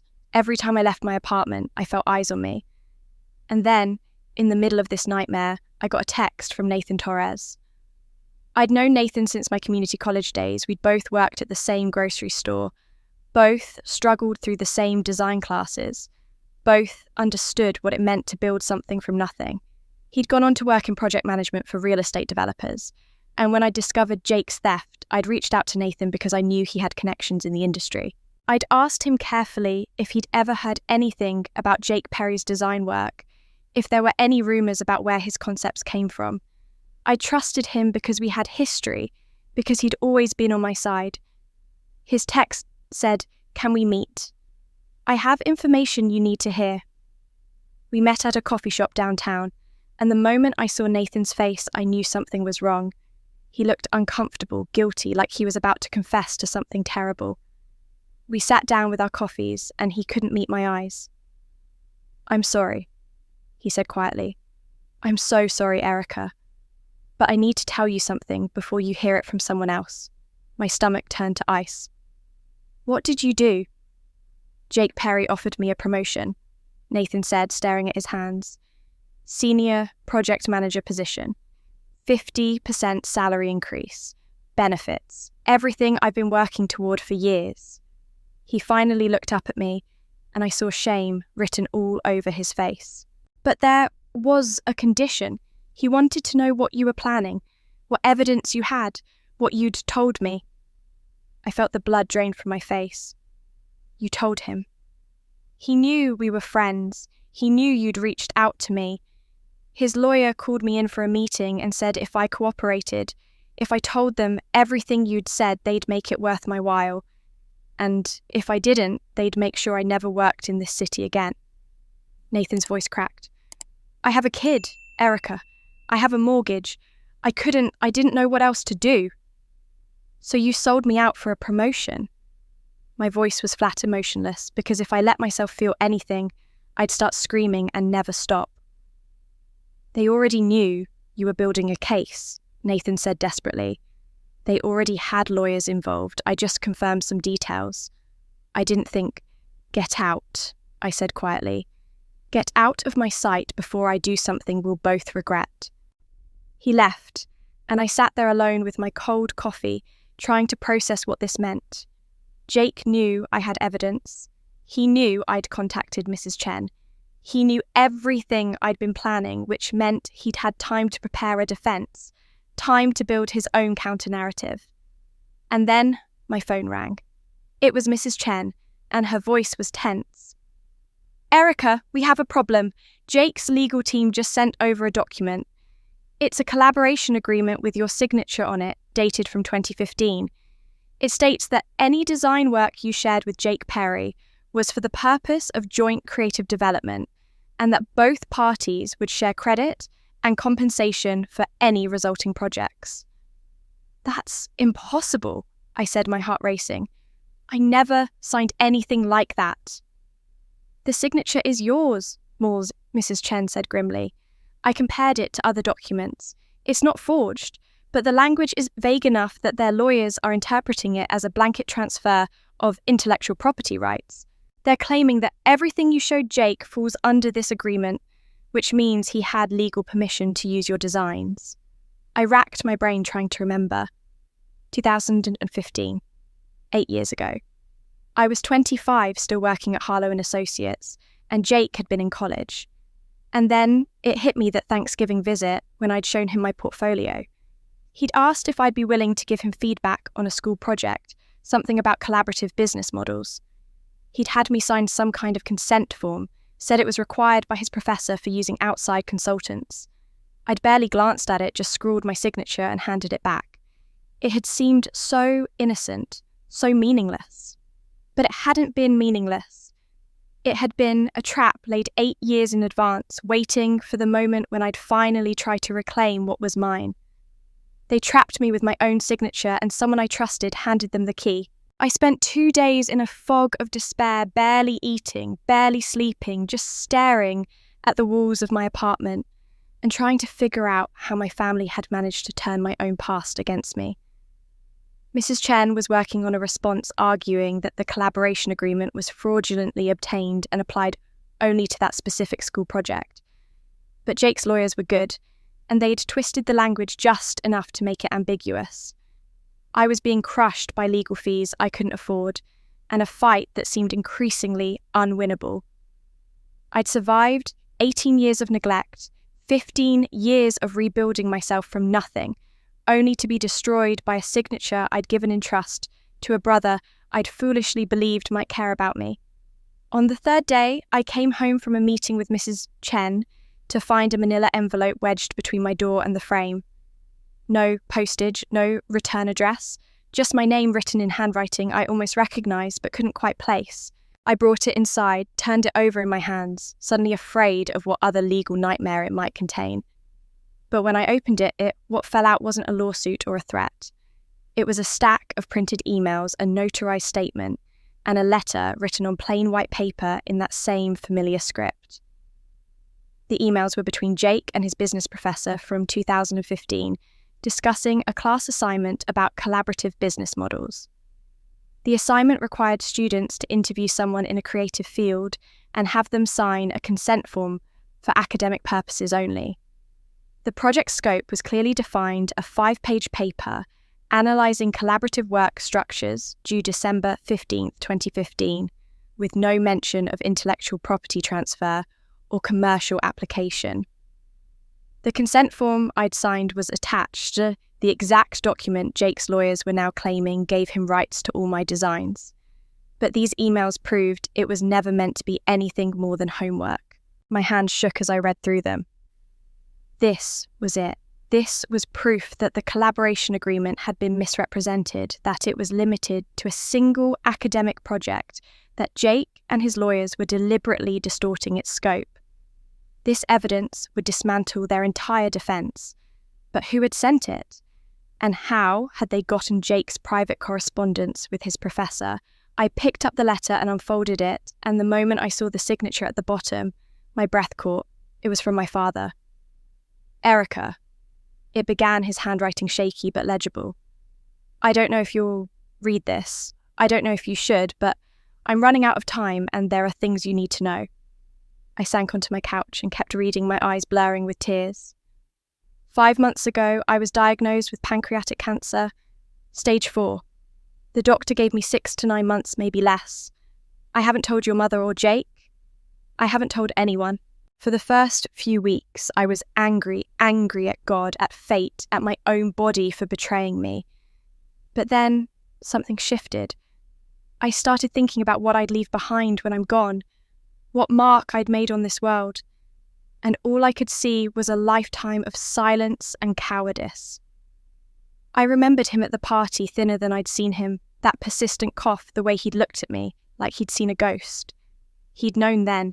He'd been dying and hadn't said a word. I need to tell you about the night before your graduation. The letter continued. I was there, Erica. I was in the kitchen. I saw your mother take those clippers and I tried to stop her.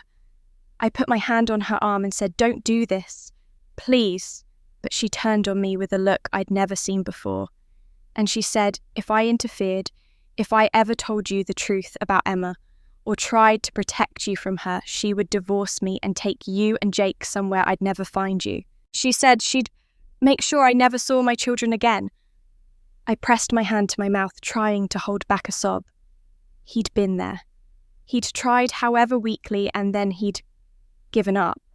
He'd chosen his marriage, his comfort, his cowardice over protecting his daughter. I know that's not an excuse, he wrote as if he could hear my thoughts. I know I should have fought harder. I should have called the police, gotten you out of there, done something. But I was weak. I've always been weak. Your mother is a force of nature when she's determined, and I learned a long time ago that it was easier to go along than to stand up to her. So I took that picture. I laughed when she told me to, and I watched you walk out of this house 15 years ago, and I let you go without a word. The letter went on. 3 months ago, after I got the prognosis, I started going through Jake's old school files in the attic. Your mother keeps everything, every project, every scrap of his life like it's precious treasure. And that's when I found the emails about that collaboration agreement. I saw what he'd done, how he'd manipulated you, and I realized he'd learnt from the best. Your mother taught him how to use people. She's been controlling him his whole life, just like she controlled me, just like she tried to destroy you. I thought about Jake's behaviour at the party, the way he glanced at our mother for approval, the margin notes on my stolen designs. Mom says make it bigger. He'd never been the golden son by choice. He'd been her project, her second chance, her puppet. I've been collecting evidence ever since. My father wrote emails, documents, anything that might help you. I was waiting for the right moment to send it. And then I heard about Nathan, about how he'd betrayed you, and I knew I couldn't wait any longer. You're running out of time, and so am I. The letter was almost over now, the handwriting getting messier, like he'd been crying while he wrote it. I don't expect forgiveness. I don't deserve it. I've been a coward for 15 years and I'll die a coward. But maybe before I go, I can die as something else too. Maybe I can die as your father. Not the father you deserved, but the father I should have been. Use these documents, Erica. Fight back. Win. And know that somewhere, finally, I'm on your side. He signed it simply, Dad. I sat there holding that letter, crying so hard I could barely breathe, feeling a complicated tangle of emotions I couldn't name. Relief that I had evidence, rage that it had taken him dying to help me. Grief for the father he could have been, should have been. If only he'd found this courage 15 years ago, when it mattered most. And something else, something quieter, a strange kind of gratitude that he'd found it at all, even now, even at the end. My father wasn't my enemy. He was just a witness too broken to speak until death gave him courage. But having his courage didn't save me from the consequences of the war my family had declared. 2 days after receiving my father's envelope, I was called into a meeting with the managing partners at Harlow and Associates. I'd been collaborating with them on the Perry Plaza project, and the fact that I was now in a legal dispute with the developer while simultaneously working on his project created what they called an untenable conflict of interest. They were sympathetic, they said. They understood this was complicated, but until the legal issues were resolved, they had no choice but to suspend me from the project and put me on unpaid leave. They said it with apologetic faces and careful legal language, but what I heard was, "We don't trust you anymore." By the end of the week, word had spread through the design community.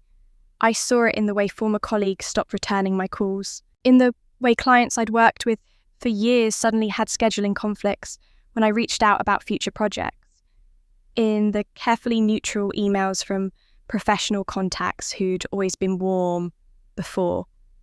Jake's lawyers had done their job well, planting just enough doubt about my integrity to make people wonder, was she really the victim, or was this a vindictive sister trying to destroy her successful brother? Did she actually have proof, or was she just bitter about being the family disappointment? The whispers followed me everywhere, and I had no way to defend myself without making things worse. I stopped going out. I stopped answering my phone. I sat in my apartment with the curtains drawn, watching my carefully constructed life crumble around me, while the grey sedan with the private investigator sat parked outside documenting my descent. I had my father's evidence, yes. Mrs. Chen assured me it was exactly what we needed to dismantle Jake's defence. But the legal process would take months, maybe longer, and in the meantime, I was hemorrhaging money on lawyer fees, losing income, watching my reputation disintegrate.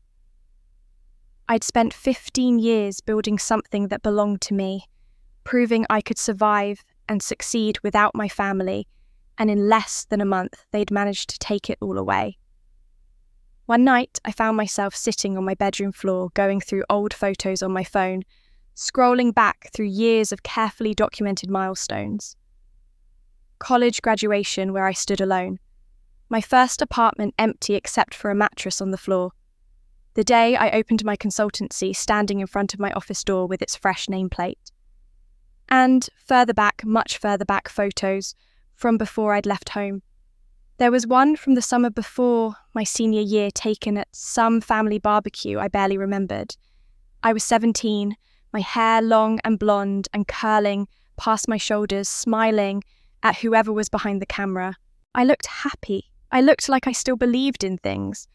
I stared at that girl and felt nothing but rage. Not at her, at what had been done to her. At the mother who'd seen Emma instead of Erica. At the father who'd stood by and watched. At the brother who'd stolen her dreams and repackaged them as his own success. At every person who'd made her believe she was worthless, invisible, nothing. And then I felt rage at myself for sitting here in the dark, drowning in self-pity, letting them win again. I stood up and walked into the bathroom, turning on every light until the room was bright and harsh. I looked at myself in the mirror. My hair had grown back thick over the years, falling in waves past my shoulders again, exactly the way it had been that night 15 years ago. I'd let it grow as a kind of defiance proof that they couldn't permanently destroy me. But looking at it now, I realised it wasn't defiance at all. It was armour. It was a disguise. It was me trying to erase what they'd done by pretending it had never happened. I opened the drawer and pulled out my scissors. My hands were steady as I gathered my hair at the back of my neck, feeling the weight of it, and then I cut. The blades closed with a soft snip, and suddenly I was holding a fistful of blonde waves in my hand while the shortened remains fell around my face. I cut again, and again, not trying to make it pretty or even just cutting away all that weight I'd been carrying, all that performance of normalcy. When I was done, my hair fell just below my ears in choppy, uneven layers. I stared at my reflection, and for the first time in weeks, I recognised the person looking back at me. "They said bald like my future," I whispered to the mirror, "but this future is mine to build." I thought about my grandmother's video, her fierce eyes looking through the camera at me. "This isn't a gift, Erica, it's your sword." I thought about the inheritance. I now controlled the money that could sustain me through this fight. I thought about my father's evidence proof that Jake had manipulated and stolen. I thought about the skills I'd spent 15 years developing, the reputation I'd built before they tried to tear it down. None of that was gone.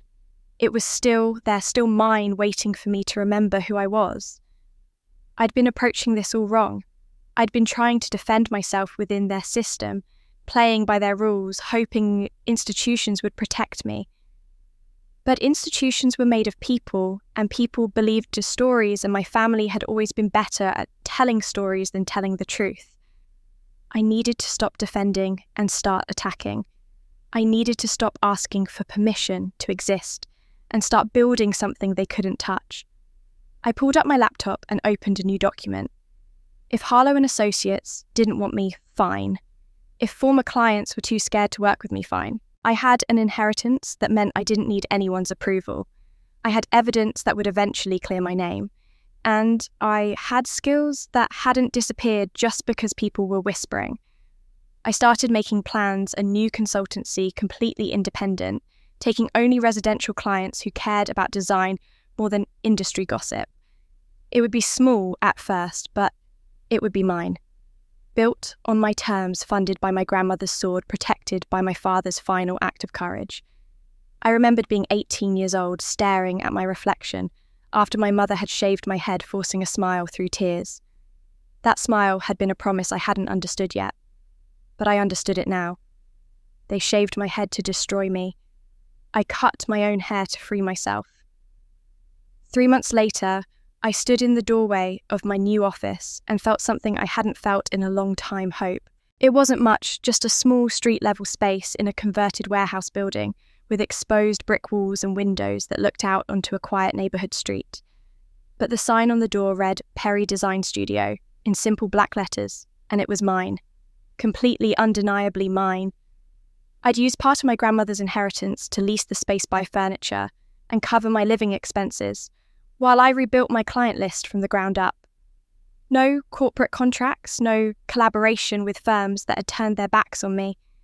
Just me working directly with homeowners who wanted beautiful spaces and didn't care about industry gossip. The first 2 months had been slow.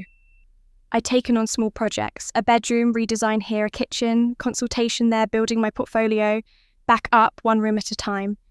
But then I'd landed a meeting with the Caldwells, a couple in their 50s who'd just bought a historic home in the suburbs and wanted a complete interior renovation. It was exactly the kind of project I dreamed of substantial budget creative freedom clients who trusted my vision. We'd had 3 meetings, they'd loved everything I'd presented, and yesterday, Margaret Caldwell had called to say they were ready to sign the contract. She'd asked me to come to their house this morning to finalise everything. I arrived at their home at 10, portfolio in hand, contract printed and ready. But when Margaret opened the door, her face was tight with discomfort. "Erica," she said, not quite meeting my eyes. "I'm so sorry. Something's come up. We've decided to go in a different direction." My stomach dropped. "I don't understand. Yesterday you said—" "I know what I said." She looked genuinely pained. "But we've been advised that it might be better to work with someone else. Someone with more established reputation." The way she said it made it clear someone had gotten to her, fed her doubt, poisoned the well. "Who advised you?" I asked, though I already knew. Margaret wouldn't say. She just apologised again, handed me a cheque for the consultation hours I'd already put in and gently closed the door. I sat in my car outside their house for 10 minutes, gripping the steering wheel, fighting the urge to scream. My mother. It had to be. She'd somehow found out about the Caldwells and convinced them I was unstable, unreliable, a lawsuit waiting to happen. When I got back to my office, I did what I'd been avoiding for months. I searched my business name online. The results made my blood run cold. Somehow, over the past week, dozens of negative reviews had appeared on every platform. 1-star ratings on Google, Yelp, industry sites I'd never even heard of. The reviews were all similar: unprofessional behaviour missed deadlines, poor quality work, doesn't honour contracts. All from anonymous accounts, all clearly fake, all posted within days of each other. It was a coordinated attack designed to destroy my credibility before I could establish it. I called Mrs. Chen, my hand shaking with rage. "They're doing it again. They're sabotaging every chance I get." "Document everything," she said immediately. "Screenshots, dates, usernames. This is harassment. We can add it to the case." But we both knew that even if we eventually proved it was fake, the damage was done. Clients would see those reviews and move on to someone else without a second thought. I stayed late at the office that night, trying to draft responses to the fake reviews, trying to figure out how to fight back against attacks from fake accounts and anonymous sources.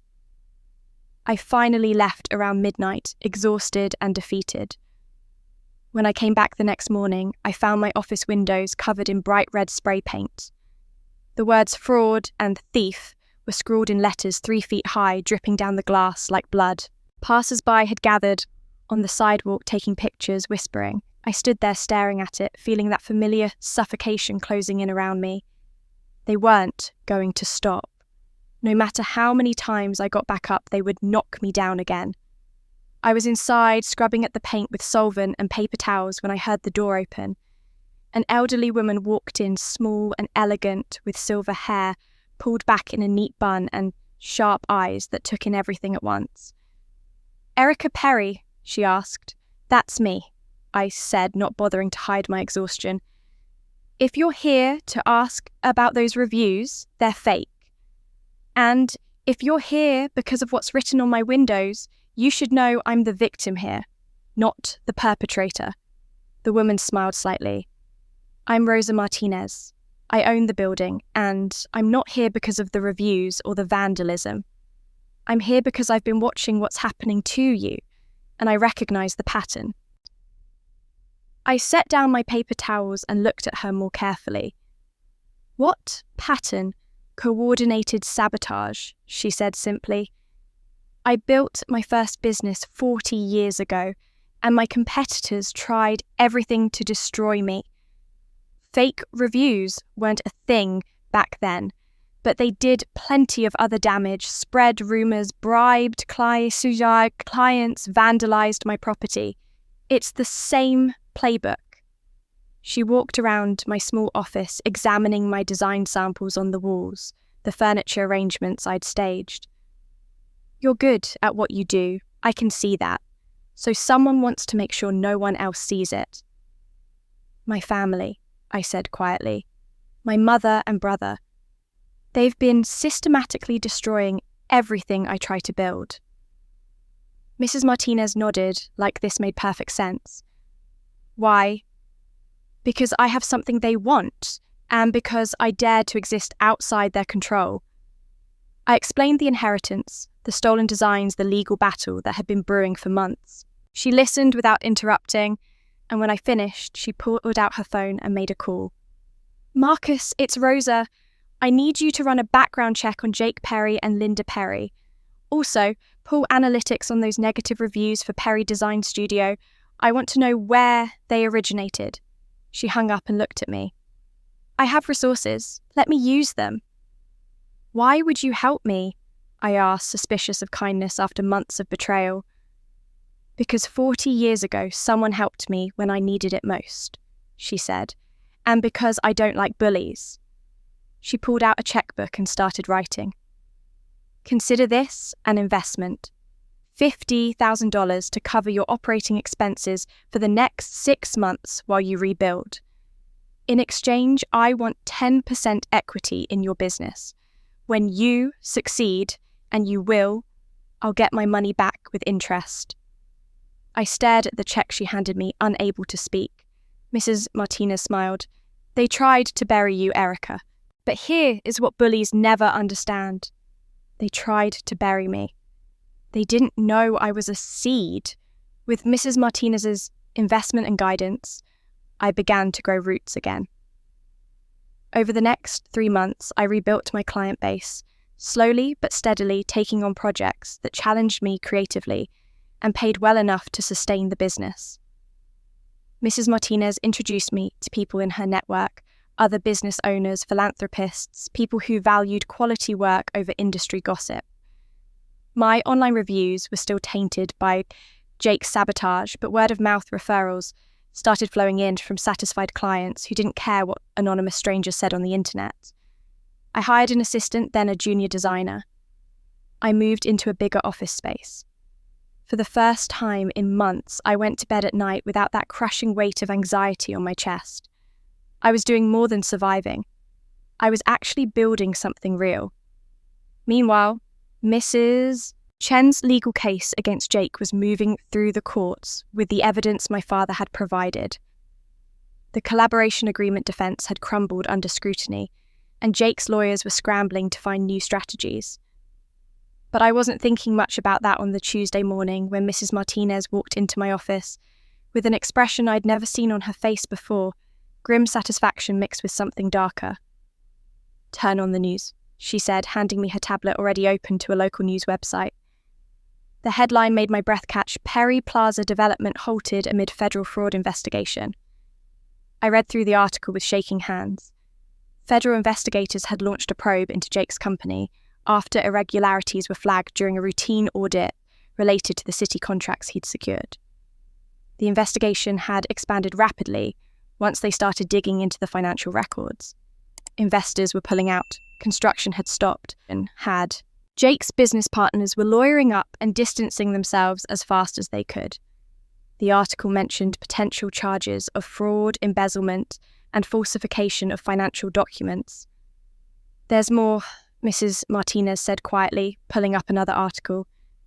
This one was from a financial news site, and it went deeper into the forensic audit results. According to sources close to the investigation, the fraud appeared to be systematic and sophisticated, with someone experienced in accounting manipulation pulling the strings. Multiple shell companies had been set up to hide cash flows. Invoices had been falsified to inflate costs. And the person who'd set up all these schemes, who'd signed off on the fraudulent documents, who'd orchestrated everything, was listed as Linda Perry, Jake's mother, and the company's chief financial officer, my mother. She'd been on Jake's payroll the entire time, controlling his finances, making his decisions using him as a front for her schemes. I thought about those margin notes on my stolen designs. Mom says make it bigger. Mom wants gold tones. She hadn't just stolen my work through Jake, she'd built an entire criminal enterprise. Through him using her own son as a shield because he was young and charismatic, and no one would suspect him of the kind of systematic fraud she was capable of. The next article Mrs. Martinez showed me was from that morning. Jake had been brought in for questioning, and according to a source in the prosecutor's office, he'd broken down completely during the interview. The quote that kept getting repeated across multiple news sites was devastating in its simplicity. I just did what she told me. I always did what she told me. I sat there staring at those words, feeling a strange mixture of vindication and something that felt uncomfortably like pity. Jake had been the golden child, the success story, the one who could do no wrong. But he'd never been free any more than I had. He'd just been valuable enough to keep on a leash instead of being thrown away. My mother had destroyed me because I reminded her of Emma. But she'd destroyed Jake too in a different way, by making him into her instrument, her puppet, her willing accomplice in everything she couldn't do herself. The difference was that I'd escaped. Jake had stayed, and now he was going down for her crimes. My phone started ringing that afternoon. The first call was from a number I didn't recognize. I let it go to voicemail. The message was from my father, his voice hoarse and desperate. "Erica, it's Dad. Please, we need to talk. Jake's been arrested. Your mother is, please, just call me back. We need your help." I deleted it without listening to the rest. The second call came an hour later this time from my mother's number. I watched it ring my finger, hovering over the decline button, before finally answering just to hear what she'd say. "Erica." Her voice was clipped, imperious, like she was calling about a dinner reservation instead of the collapse of everything she'd built. "I assume you've seen the news. This is all a misunderstanding. Overzealous investigators trying to make a name for themselves. But it's created complications, and we need someone with your expertise in design to help salvage the Perry Plaza contracts. If you could come by the house this evening..." "No," I said, my voice calm and clear. There was a pause. "Excuse me?" I said, "No, I'm not coming to your house. I'm not helping you salvage anything, and I'm not interested in whatever manipulation you're about to try." "Don't be childish," my mother snapped, her composure cracking. "This affects the entire family. Your brother could go to prison because of mistakes in paperwork he didn't fully understand. Your father and I could lose everything. I know we've had our differences, but family helps family in times of crisis. Family helps family," I repeated slowly, tasting the words. "You shaved my head the night before my graduation. You hid my grandmother's will for 9 years. You stole my designs and let Jake take credit for them. You sabotaged my business, bribed my clients, and vandalized my office. And now, you want me to help you because suddenly I'm family again. That's all in the past." My mother started, but I cut her off. "You're right, it is in the past, and so are you. Don't call me again." I hung up and blocked the number. The third call came that evening from Jake's phone. This time I didn't answer, but he left a voicemail that I listened to later in the quiet of my apartment.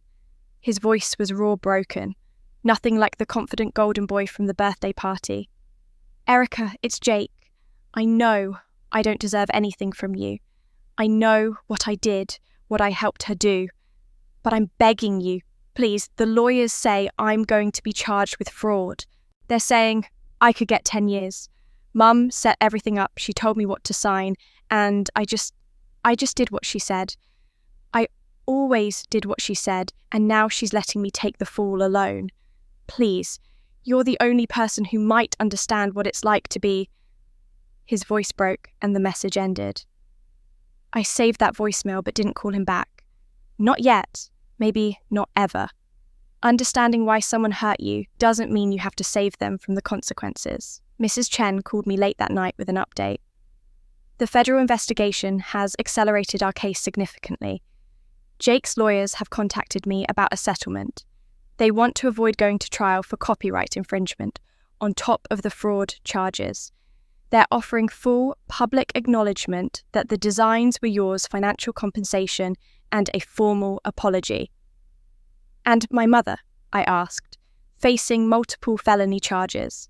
Her lawyer is trying to negotiate a plea deal, but the prosecutor isn't interested. They want to make an example of her. Miss Chen paused. Erica, they're falling apart. All of them. And they're desperate. I looked out my apartment window at the city lights below, thinking about the girl who'd left home with one suitcase 15 years ago. Thinking about the woman who'd cut her own hair 3 months ago and chosen to rebuild rather than surrender. Thinking about my grandmother's video message. You owe them nothing. They finally needed the daughter they forgot, but I was no longer theirs to command. I held on to that truth like armor for the next 3 days, refusing every call, deleting every voicemail, building walls high enough that nothing they said could reach me.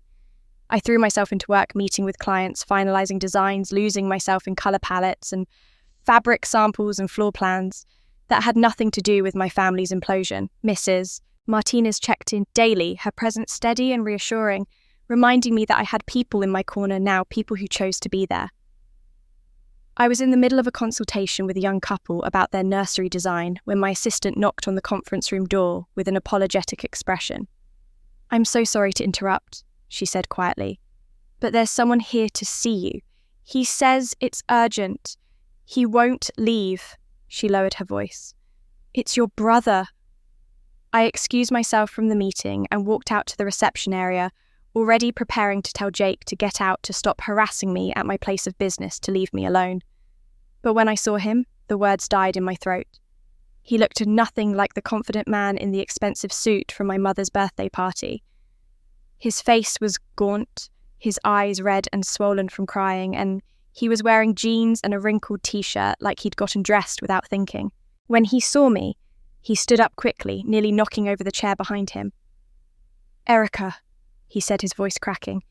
Please, just 5 minutes. That's all I'm asking. Every instinct told me to refuse to protect myself, to remember everything he'd done. But something in his face stopped me. He looked the way I'd felt 15 years ago, standing in that kitchen with my head shaved and nowhere left to run. Broken, desperate, alone. 5 minutes, I said coldly, in my office. Then you leave and you don't come back. He followed me down the hallway like a ghost, and when I closed the office door behind us, he sank into the chair across from my desk and put his head in his hands. For a long moment, he just sat there, breathing raggedly, trying to compose himself.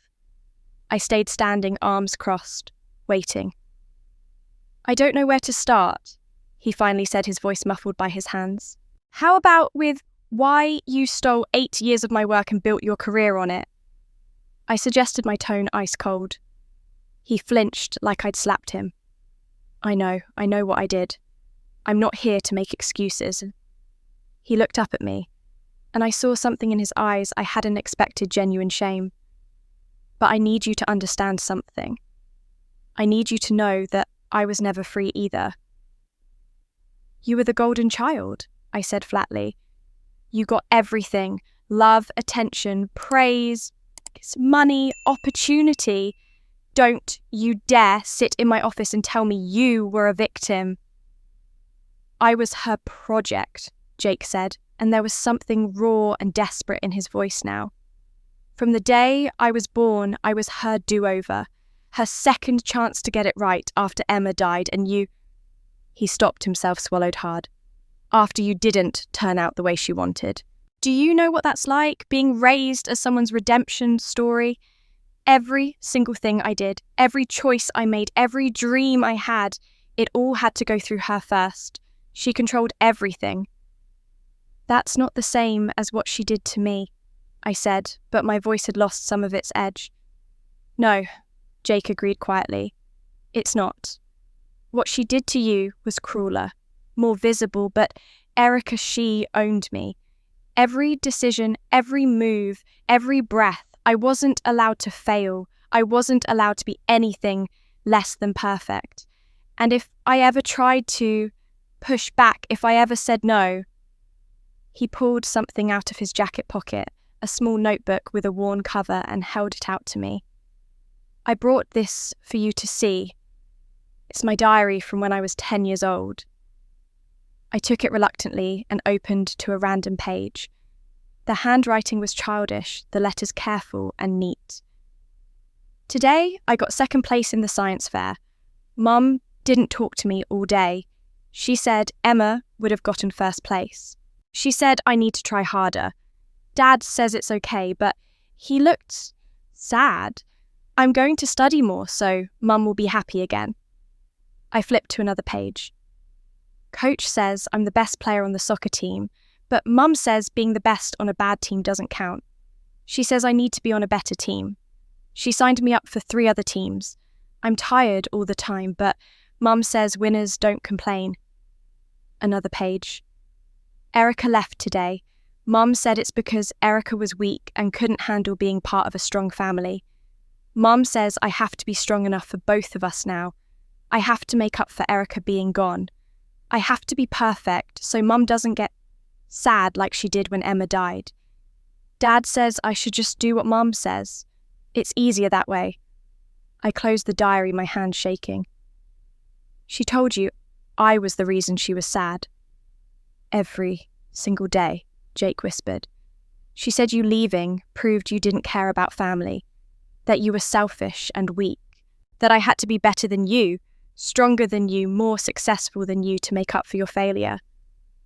And I believed her, Erica. I was a kid, and I believed every word. He wiped his eyes roughly. When you showed me your design portfolio that Thanksgiving, I thought it was amazing. I told Mum about it, showed her the files you'd sent me, and she said... His voice broke. She said this was my chance to finally prove I was better than you, that if I used your work and made it successful, I'd be showing everyone that I could take what you'd failed to do anything with and turn it into something real. She made it sound like I was helping you, like I was giving your work the life it deserved. That's not an excuse, I said, but the anger in my voice was wavering. No, it's not, Jake agreed. I should have known better. I should have questioned her. But I was 22 years old, and I'd spent my entire life learning that the only way to survive was to do exactly what she told me to do. Every project I've worked on since then, every decision I've made, she was there telling me what to think, what to say, how to act. When the federal investigators started asking questions, do you know what she told me? She said to take responsibility for everything. She said, a good son protects his mother, even when it meant I'd go to prison for crimes she committed. He leaned forward, his eyes desperate and pleading. I'm not asking you to forgive me. I'm not even asking you to help me. I just need you to know that she destroyed you where everyone could see it, and she destroyed me where no one looked. We're both her victims, Erica. We always were. I stood there looking at my brother, this man I'd hated for so long, this golden child who'd had everything I'd been denied, and I saw him clearly for the first time. Not as my enemy, not as the favoured son, but as another person who'd been caught in our mother's web of grief and manipulation and control. He'd been weaponised against me, and I'd been erased to make room for him, and neither of us had ever had a choice in any of it. I thought about the margin notes on my stolen designs. Mom says make it bigger. Not Jake's creative vision, his owner's instructions. I thought about him constantly glancing at our mother for approval at the birthday party, the way a trained animal checks with its handler. I thought about that diary entry. I have to be perfect, so Mum doesn't get sad like she did when Emma died. He'd been 7 years old when I was born, 3 years old when Jake was born, and from that moment forward he'd been assigned the impossible task of filling a dead child's shoes. It didn't make what he'd done right. It didn't erase the theft, the sabotage, the years of my work he'd claimed as his own, but it meant he wasn't the enemy I thought he was. My brother wasn't my enemy. He was another prisoner in her empire of pain. That realization didn't make me forgive him, but it changed how I saw the battle ahead. 8 months after the investigation began, the trial finally started. Mrs. Chen sat beside me at the prosecution's table, her briefcase full of evidence. Across the aisle, my mother sat with her expensive defense attorney Gerald Sampson, wearing pearls and a navy suit, looking like someone's beloved grandmother, rather than a woman facing felony charges. Sampson was a magician. He painted my mother as a devoted parent, shaped by unimaginable grief, showing the jury photos of her holding toddler Emma, making them understand the tragedy that had poisoned our family. 3 jurors wiped their eyes. When I testified, Sampson dismantled me with surgical precision. He made my 15-year absence look like abandonment rather than survival. He twisted the inheritance into greed, the collaboration agreement into proof I'd willingly partnered with Jake and now regretted it. Isn't it true you've harbored resentment toward your brother your entire life because your parents recognized his potential while you struggled? No, I said steadily. That's not true.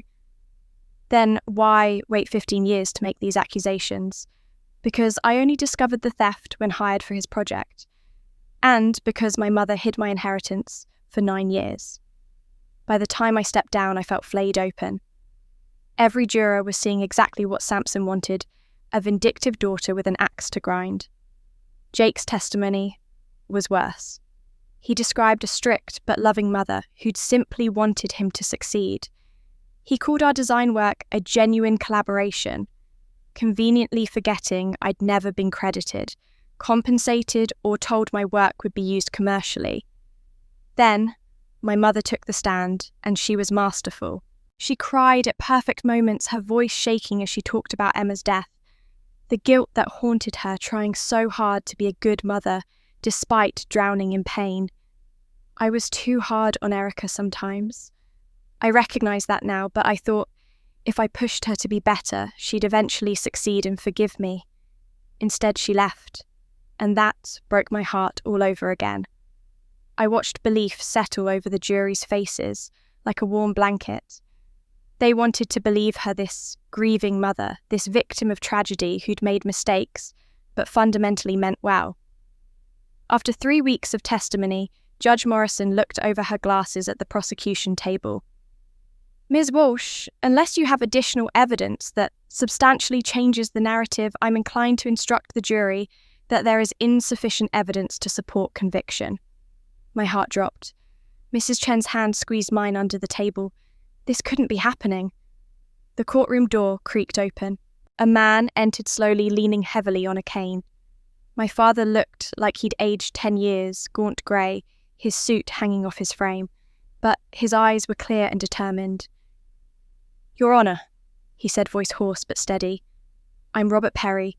I have evidence the court needs to hear, and I'm prepared to testify. Mr. Perry, you're not on the witness list. I know, I wasn't ready before, but I'm ready now. He looked at my mother. I have recordings, conversations between my wife and son, planning how to manipulate documents, discredit my daughter, hide evidence. Made in my own home, legally admissible under one-party consent.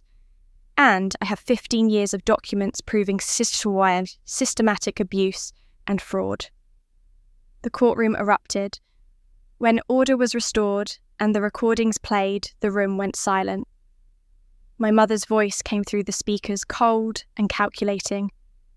We need Erica discredited completely. Plant reviews. Make sure everyone who searches her name finds reasons to doubt her. Jake's hesitant voice. Are you sure? Do exactly what I tell you, Jacob. My mother snapped. Hours of recordings followed. My mother directing Jake's every move, hiding fraudulent accounting planning manipulations. The jury's sympathy curdled into disgust. My mother couldn't help herself. She stood, composure cracking. You're dying anyway, she screamed at my father. Why do you care? My father looked at her with pity. Because I want to die as a father, not a coward. The jury deliberated 6 hours. The verdict was decisive, guilty on all charges. My mother received 8 years in federal prison. Jake was found guilty of copyright infringement, with a reduced sentence acknowledging psychological manipulation, 2 years, probation, community service, and substantial restitution. As bailiffs led my mother away, she turned and looked at me one last time. No remorse in her eyes, just rage that she'd lost control. I walked out with Mrs. Chen beside me, Mrs. Martinez waiting in the hallway, and my father slowly following on his cane. Late afternoon sun hit my face warm and bright. I was crying not from sadness or anger, but relief. 15 years of weight finally lifting. Justice doesn't require my anger, only my truth. And finally, the truth had spoken. The days after the verdict felt strange and hollow. I'd spent so many years fighting, surviving, proving myself that I didn't quite know how to exist in a world where the battle was over and I'd won. My mother was being transferred to federal prison. Jake was working with his probation officer and a therapist Mrs. Chen had recommended. My business was thriving. My reputation restored, my grandmother's inheritance secure.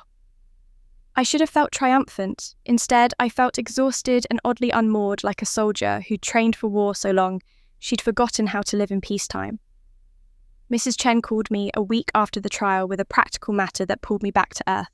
There are documents at your parents' house that technically belong to you now, tax records related to the inheritance, some of your grandmother's personal papers that your mother was holding. Your father has agreed to let you come collect them. He's packing up the house anyway. She paused. Erica, he doesn't have much time left. The hospice nurse says maybe a month, possibly less. If you want to talk to him now would be the time. I wasn't sure I did want to talk to him. His testimony had saved me in court, yes, but it didn't erase 15 years of silence, of choosing the easy path over protecting his daughter. Still, there were questions only he could answer, truths only he knew. So I drove to the house I'd grown up in on a grey Saturday morning, pulling into the driveway for only the 3rd time in 15 years. The house looked smaller and sadder than I remembered. The paint was peeling on the shutters, the garden overgrown, the whole place giving off an air of neglect and abandonment. I knocked on the door I'd once walked through every day, and my father answered looking like a ghost of himself. He'd lost even more weight since the trial, his clothes hanging loose, his skin the colour of old paper. But he smiled when he saw me, a small tentative thing. Erica, he said quietly, thank you for coming. The documents are in the study. I'll show you. We walked through the house in silence, past rooms full of boxes and furniture covered in sheets. He was moving slowly, pausing every few steps to catch his breath, and I found myself slowing my pace to match his. The study was my mother's old domain, and it felt strange seeing it stripped bare, her desk empty, her files packed away. My father gestured to a box labelled with my name in his handwriting. Everything that belonged to your grandmother, plus the inheritance paperwork. It's all yours. He lowered himself carefully into the desk chair, wincing slightly. There's something else I wanted to give you, though. Something I should have given you a long time ago. He pulled out his wallet, old and cracked leather worn smooth from decades of use, and opened it to a small plastic sleeve where people usually kept photos of their children. Inside was a picture I recognised immediately, me on graduation day, my head covered by that cap, trying so hard to smile for the camera, while my scalp was still raw from being shaved the night before. The photo I'd thought was lost when his camera malfunctioned, but here it was faded and creased from being carried for 15 years. I took it from him with shaking hands and turned it over. On the back, in his handwriting, were 4 words I shouldn't have laughed. I lied about the camera breaking, my father said quietly. I couldn't stand to look at that photo, but I couldn't throw it away either, so I kept it in my wallet, where I'd see it every day. A reminder of the worst thing I'd ever done, standing by and watching while she destroyed you, then laughing like it was all a joke. Why? I asked, my voice barely above a whisper. Why did you just stand there? Why didn't you stop her?" My father was quiet for a long moment, staring at his hands. When he finally spoke, his voice was heavy with 3 decades of guilt. "I need to tell you about the day Emma died. Your mother never told you the truth, and you deserve to know." He took a shaky breath. "It was a Sunday afternoon in August, 30 years ago. We were at your grandmother's house for a family barbecue. Emma was 3 years old, running around the backyard in her little yellow sundress. Your mother got a phone call from a friend, something trivial, I can't even remember what. She went inside to talk where it was quieter, and she asked me to watch Emma. But I got distracted talking to your uncle about football, and neither of us was really paying attention." His voice cracked. "Emma wandered over to the pool. Your grandmother had one of those old in-ground pools, without a fence, just a concrete edge. Emma must have leaned over to look at something in the water, a leaf, a bug, who knows, and she fell in. She couldn't swim. By the time your grandmother found her, 5 minutes later, it was too late. They tried CPR, called an ambulance, did everything they could. But she was gone." I felt tears streaming down my face, but I couldn't speak. My father continued, his own eyes red and wet. "Your mother blamed herself completely. She'd been inside on the phone while her daughter drowned. The guilt nearly killed her. She tried to..." He stopped, swallowed hard. "She tried to take her own life twice in the months after Emma died. Your grandmother and I had to watch her constantly. And then one night, about a year later, she made me promise that we would never tell anyone the full truth about how Emma died. She said if anyone ever knew she'd been on the phone, if anyone knew she hadn't been watching, she wouldn't be able to live with the shame. She threatened that if I ever told, she'd kill herself, and it would be my fault." "So, you kept her secret?" I said flatly. "I kept her secret." He confirmed, shame written across his face. "And I watched that secret poison her. The grief turned into something else, something dark and twisted. She couldn't forgive herself, so she started projecting her guilt onto everything around her.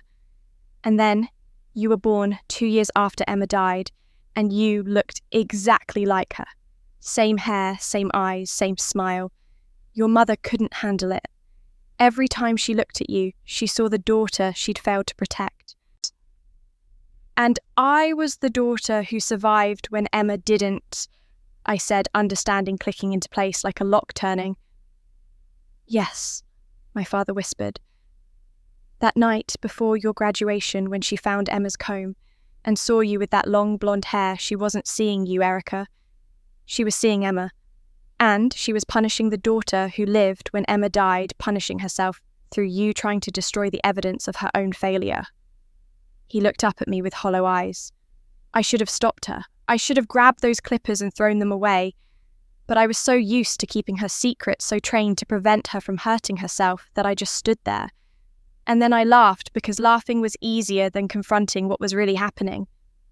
I sank into the chair across from him, holding that photograph, trying to absorb the full weight of what he'd told me. My entire childhood, my mother's cruelty, Jake's golden status, all of it had roots in one terrible moment, 30 years ago, when a little girl in a yellow sundress fell into a pool while her mother was on the phone. One mistake, one moment of inattention, and the shockwave had destroyed everything in its path. "I'm dying, Erica," my father said softly, "and I can't take back the 15 years I failed you. But I can give you the truth. You weren't cursed. You weren't inadequate. You were just born into the wreckage of a tragedy you had nothing to do with, and you paid the price for someone else's guilt." I looked at the photo again, at that 18-year-old girl trying so hard to hold herself together. And I thought about Emma, 3 years old, forever, her death creating ripples that had touched lives she'd never known. One mistake, 30 years of poison, and I paid for a sister's death I never caused.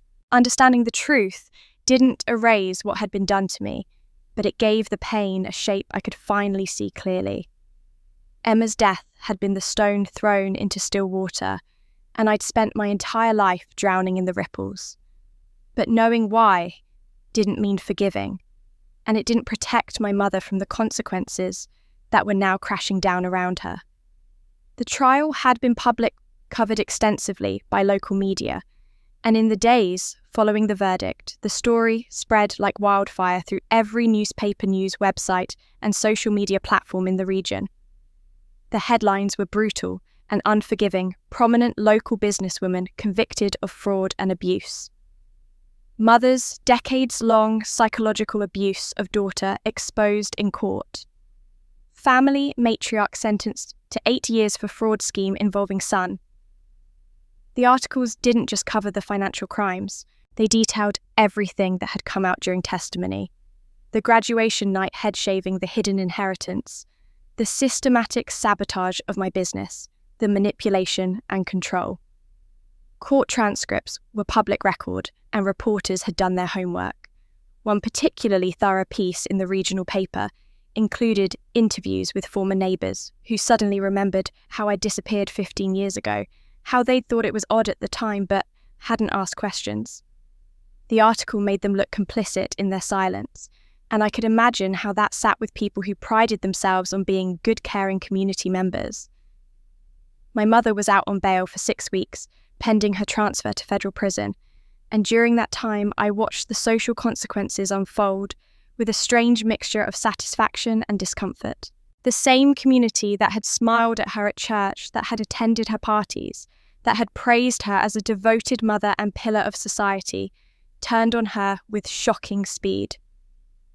Mrs. Martinez, who had her finger on the pulse of local business circles, told me about the country club revoking my mother's membership, about the garden club, asking her to resign, about the volunteer board at the hospital, quietly removing her name from all committees and donor lists. "It's like she's been erased," Mrs. Martinez said, not without sympathy despite everything. 30 years of social standing gone in a week.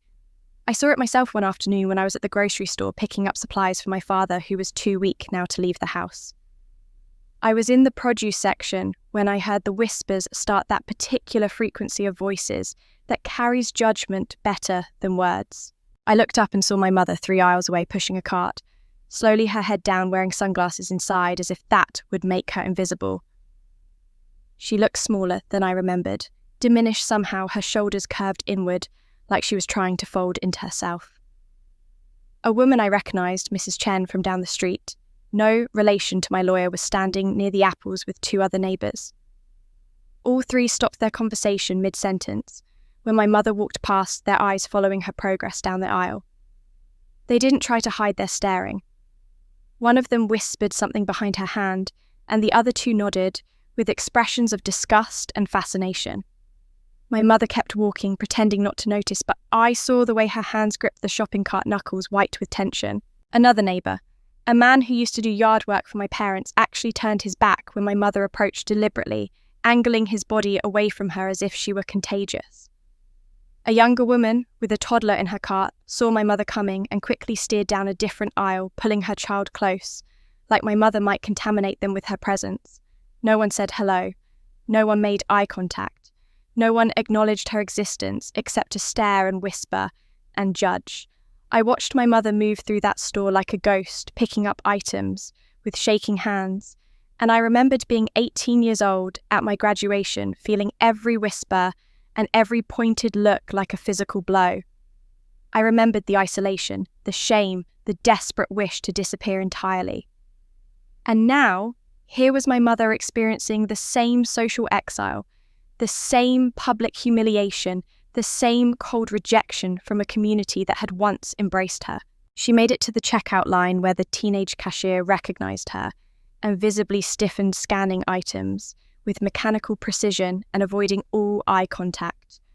The woman behind my mother in line stepped back slightly, creating more space than necessary, as if proximity to scandal might be catching. My mother paid, quickly fumbling with her wallet, and hurried toward the exit. I stayed where I was in the produce section, half hidden behind a display of seasonal vegetables, and watched her go. Part of me felt vindicated. She was finally experiencing the consequences of her actions, finally understanding what it felt like to be rejected and judged and found wanting by everyone around her. But another part of me felt a hollow sort of sadness, because this was what justice looked like in its ugliest, most human form. Not noble or clean, but petty and cruel and deeply satisfying in a way that made me feel slightly sick. My mother pushed through the automatic doors into the parking lot, her bags clutched tightly, her sunglasses still on her head bent against the weight of stares she could feel, even after leaving the building. Behind her, conversations resumed, voices rising with barely concealed excitement as people processed what they'd just witnessed, already mentally composing the stories they'd tell later about seeing Linda Perry in public, about how pathetic she'd looked, about how the mighty had fallen. I picked up the oranges I'd come for and got in line at a different register. The cashier smiled at me warmly, recognizing me from recent positive press coverage about my design business. "You're Erica Perry, right? I read about you in the paper. What your mother did, I'm so sorry you went through that. But good for you for fighting back." I thanked her and left with my groceries, stepping out into the bright afternoon sun. Somewhere, across the parking lot, my mother was loading bags into her car alone, preparing to drive back to an empty house where the phone didn't ring anymore and former friends didn't visit. Experiencing day after day the same isolation she'd imposed on me for 18 years. The town that ignored my pain now watched hers with the same cold silence. I thought that would be the end of it, my mother retreating into whatever remained of her life before prison, both of us finally separate and done. But 3 days later, I received a text from her number, the first direct communication since I blocked her calls months ago. She must have gotten a new phone. The message was brief: "Riverside Park, 3 p.m. today, we need to talk." I should have ignored it. I should have deleted the message and gone on with my day. But some part of me needed to see if she'd learned anything, if facing consequences had cracked through that impenetrable shell of denial she'd lived inside for 30 years. So I went. The park was nearly empty on a Wednesday afternoon, just a few mothers with strollers and an elderly man feeding pigeons by the fountain. My mother sat on a bench overlooking the river, her back rigid, her hands folded in her lap, like she was waiting for a business meeting rather than a reckoning with her daughter. She stood when she saw me approaching, and I could see she'd prepared for this makeup, carefully applied clothes, pressed and professional hairstyle to hide the grey that had spread since the trial. She was trying to look like the woman she used to be, the one people respected and feared and obeyed. "Erica," she said, her voice clipped and businesslike. "Thank you for coming. We need to discuss how to fix this situation." I stopped a few feet away from her, keeping distance between us. "There's nothing to fix. The situation is exactly what it should be." "Don't be ridiculous," she snapped, some of her old authority creeping back into her voice. "This has gone too far. You've made your point, punished me for whatever grievances you've been nursing all these years. But now, it's time to tell the truth. Tell people the trial was a misunderstanding. Tell them I was a devoted mother who made mistakes but never intended harm. Clear my name before I go to prison, and maybe we can salvage something of this family's reputation." I stared at her, genuinely stunned by the audacity. "Clear your name? You were convicted by a jury. The evidence was overwhelming." "The evidence was twisted and taken out of context," my mother insisted, her voice rising. "Your father betrayed me with those recordings. Jake was manipulated by prosecutors.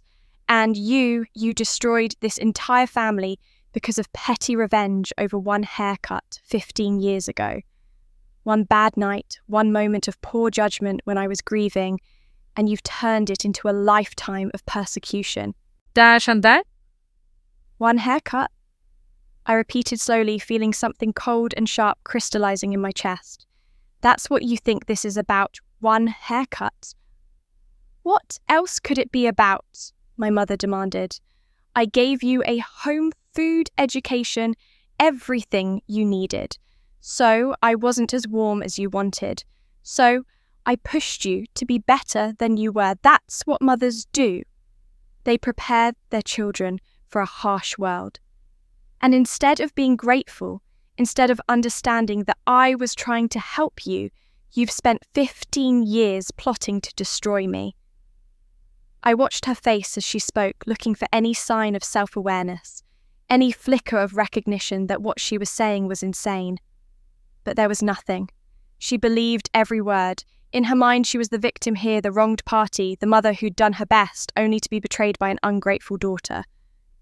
"You shaved my head to humiliate me," I said, my voice completely calm now. "You hid my inheritance for 9 years, hoping I'd fail. You stole my designs through Jake. You sabotaged my business, bribed my clients, and vandalized my office. You committed fraud and tried to send your own son to prison to protect yourself. And you think this is about one haircut? I think this is about you never being strong enough to handle real life," my mother shot back. "You were always weak, always sensitive, always playing the victim. Emma wouldn't have run away from her family. Emma would have been strong." There it was. After everything, after the trial, after the evidence, after my father's testimony about Emma's death and the guilt that had poisoned her, she still couldn't separate me from her dead daughter. She still couldn't see me as my own person. "I didn't destroy anything," I said quietly. "I just stopped hiding what you built. Every crime you committed, every life you damaged, every lie you told, those were your choices. All I did was survive them and refuse to keep your secrets anymore." My mother's face contorted with rage. "You're ungrateful," she hissed. "Vindictive, cruel. You've always been cruel, even as a child. I tried to love you, tried to shape you into something worthwhile, but you fought me every step of the way. And now you're taking pleasure in watching me suffer, in destroying everything I worked for, in tearing this family apart. You're exactly what I always knew. You were worthless and hateful." She was screaming now, her carefully constructed facade cracking completely, and people across the park were turning to stare. I just stood there watching her unravel, feeling nothing but a distant kind of pity. She couldn't face what she'd done. She couldn't admit that she'd destroyed her own life through her own choices. It was easier to blame me, to make me the villain, than to look in the mirror and see the truth. "I hope someday you realise what you've done," my mother said, her voice shaking with fury and something that might have been tears. "I hope someday you understand that you destroyed your own family for nothing." She grabbed her purse and stormed away across the grass, her shoulders trembling, unable to face me for one more second. I watched her go, this woman who'd given birth to me but had never been my mother, and I felt the last thread connecting us finally snap. Some people would rather burn forever than admit they lit the match. I left that park knowing I would never speak to my mother again, and the certainty of it felt like setting down a weight I'd been carrying since childhood. But while I was closing that door, another was opening wider than I'd ever imagined. The trial had been local news, covered by regional papers and television stations, but the full story, the stolen designs, the decades of abuse, the dramatic courtroom testimony had caught the attention of people far beyond our small corner of the world. 2 weeks after my confrontation with my mother, I received an email from the editor of Design Forward, one of the most prestigious interior design publications in the country. They wanted to do a feature story. The article ran the following month with the headline, "Industry Rising Stars Stolen Work, How a Brother Built His Career on His Sister's Designs." It was 6 pages long, beautifully laid out, with side-by-side comparisons of my original sketches and Jake's published projects. The writer had done meticulous research interviewing former colleagues, examining dated files and tracing the evolution of my design aesthetic over 15 years. She documented every stolen concept, every appropriated idea, every piece of my creative work that had been repackaged under Jake's name. But more than that, she told the broader story, the family dysfunction, the inheritance theft, the systematic sabotage. She'd positioned me not just as a victim, but as a survivor who'd fought back and won. The response was immediate and overwhelming. Within days, other design publications picked up the story. Architectural Digest ran a piece titled "The Real Designer Behind Perry Plaza." Interior Design magazine featured me in their Designers to Watch section, with a full portfolio of my recent work. My website traffic increased by 3,000% in a week. My phone rang constantly with interview requests, speaking invitations, and potential clients who wanted to work with the designer who'd overcome everything. But the professional recognition, gratifying as it was, paled in comparison to what happened next. The American Society of Interior Designers launched a formal review of Jake's membership and credentials. Within 2 weeks, they'd revoked his professional certification and issued a public statement condemning design plagiarism. Other industry organizations followed suit. Jake's name was quietly removed from award lists, his published work footnoted with corrections crediting the original designer. He was effectively blacklisted from the industry he'd built his reputation in. Unable to work under his own name, his career reduced to ashes. Meanwhile, my inbox filled with messages from people I'd never met, hundreds of them, then thousands. Many were from other designers offering support and collaboration opportunities. But the ones that moved me most were from survivors, people who'd experienced similar family dynamics, who'd been scapegoated or controlled, or erased by parents who saw them as extensions of their own trauma, rather than individuals deserving of love. "Reading your story gave me courage to leave," one woman wrote. "I'm 53 years old, and I finally cut contact with my mother after reading about your case. Thank you for showing me it's never too late." A domestic abuse organization reached out asking if I'd be willing to speak at their annual conference about psychological abuse in families. A literary agent contacted me about writing a book. A documentary filmmaker wanted to tell my story. It was overwhelming and surreal, but also deeply validating. My pain, which had felt so private and shameful for so many years, was helping other people recognize their own situations and find the courage to change them. Mrs. Chen called me on a Tuesday morning with the final piece of official business. "The inheritance transfer is complete," she said, and I could hear the smile in her voice. $1.2 million officially and legally yours. The court has certified that you met all conditions, owned your business for over 3 years, earned well over the income threshold, maintained a spotless record, and you're only 33. You had 2 years to spare before the age deadline. Your grandmother would be very proud. I thought about my grandmother's video message, about her fierce eyes and her final words. "This isn't a gift, it's your sword." She'd been right. The inheritance had been exactly what I needed, when I needed it: protection, freedom, and the ability to fight back without worrying about survival. And now, with my business thriving and my reputation restored, I could use it to build something even bigger. I'd already started making plans with Mrs. Martinez about expanding, about creating a mentorship program for young designers from difficult backgrounds, about turning my pain into something purposeful. That evening, I stood in my office looking at the wall where I'd hung the Design Forward article in a simple black frame. Next to it was the photo my father had kept in his wallet for 15 years, me on graduation day, bald and humiliated, but still somehow smiling. And beside that was a recent photo from a design award ceremony, my hair short by choice now, my expression confident and clear. The before and after of a life reclaimed. My phone buzzed with another message, this one from a woman in California who'd just left her abusive family after reading my story. "Thank you for being brave enough to speak your truth," she wrote. "You gave me permission to speak mine." I looked at those 3 images on my wall, past, present, and the bridge between them, and felt something I'd been chasing my whole life finally settle into place. Not happiness exactly, but something deeper. Peace. Purpose.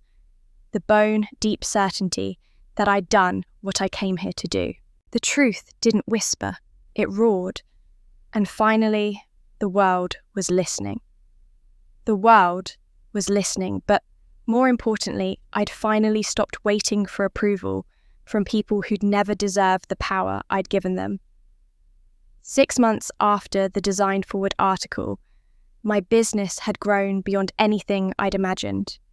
I'd hired 3 full-time designers, taken on 2 mentees from difficult family backgrounds, and expanded into a larger office space back in my hometown, not hiding anymore, but claiming space in the place that had once rejected me.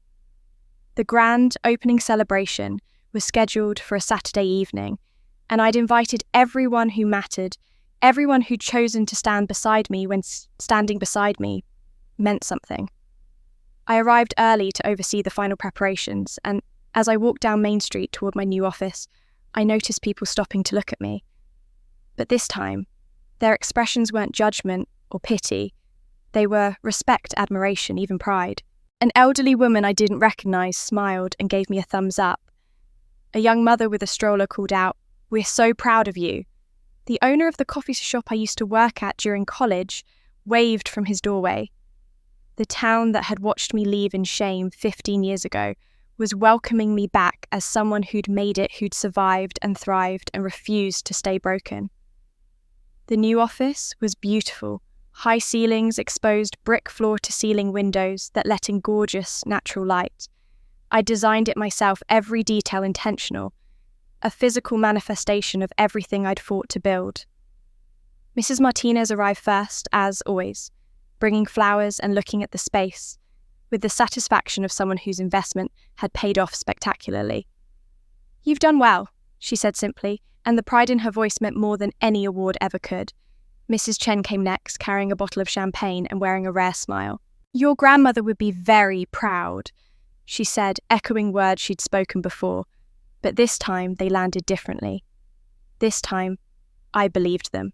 My mentees arrived together, 2 young women, both talented, both carrying family trauma. They were learning to transform into strength. They looked at me like I'd hung the moon, and I remembered being their age, desperate for someone to believe I could be more than my circumstances.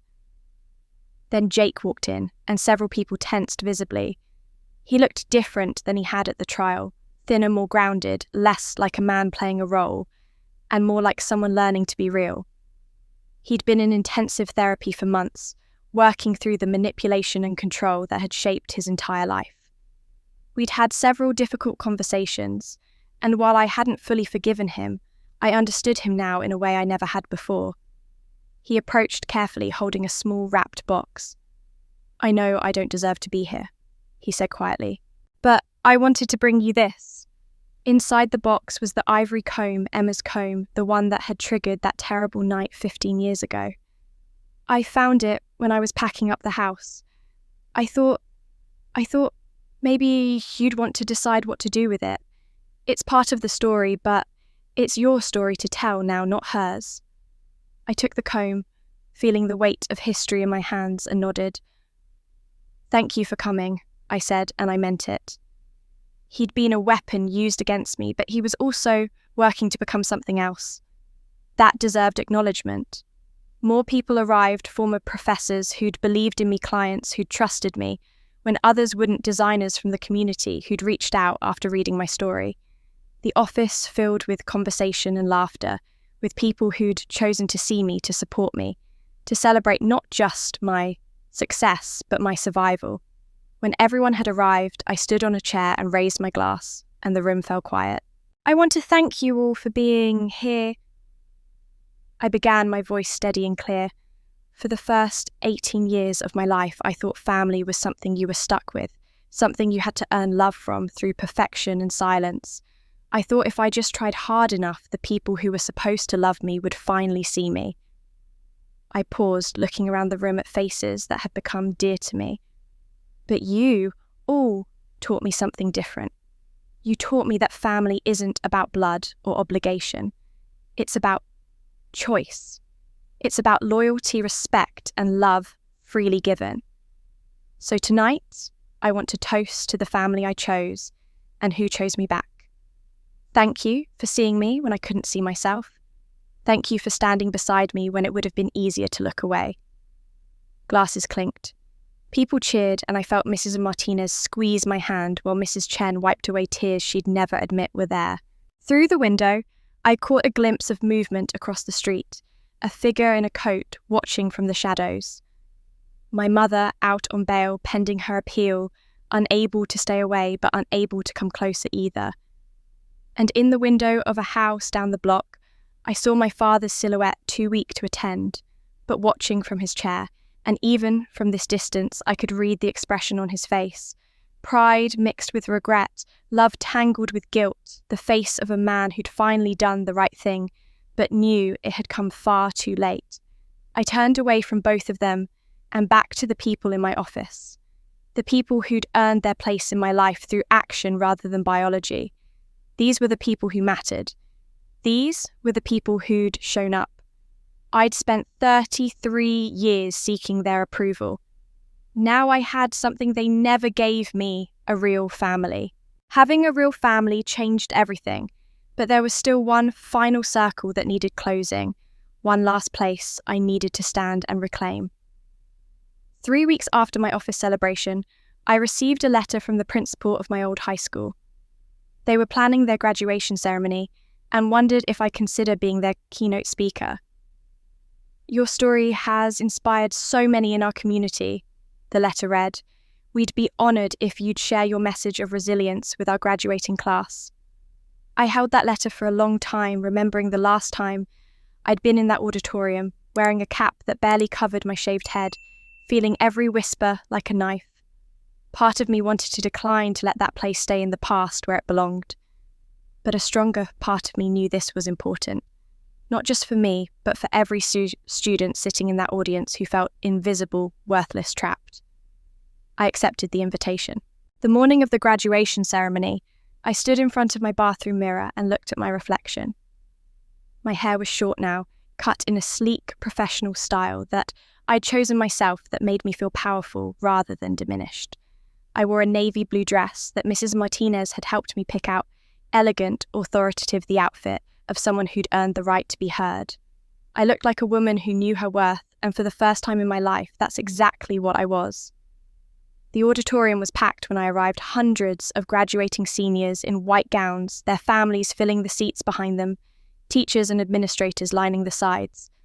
I recognized some faces from 15 years ago, people who'd witnessed my humiliation and done nothing. I saw former classmates who'd laughed at me, teachers who'd looked away. But I also saw current students who knew my story from news coverage, who looked at me with something like hope in their eyes, like maybe if I'd made it out, they could too. The principal introduced me with words that felt surreal. Successful designer, inspiration to our community, role model of perseverance. I walked onto that stage where I'd once received my diploma in shame, and this time I stood at the podium with my head high and my voice steady. The auditorium fell silent. 15 years ago, I began. I sat exactly where you're sitting now.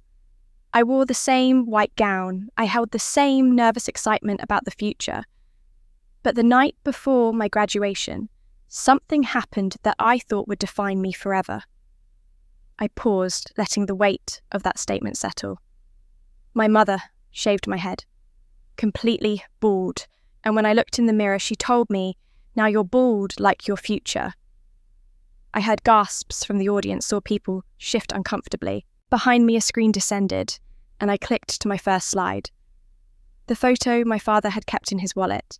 Me on graduation day, my cap barely covering my shaved head, trying so hard to smile. The audience stared at it in stunned silence. "That's me," I said, humiliated, broken, convinced that maybe she was right, that maybe my future really was as empty as my head felt that day.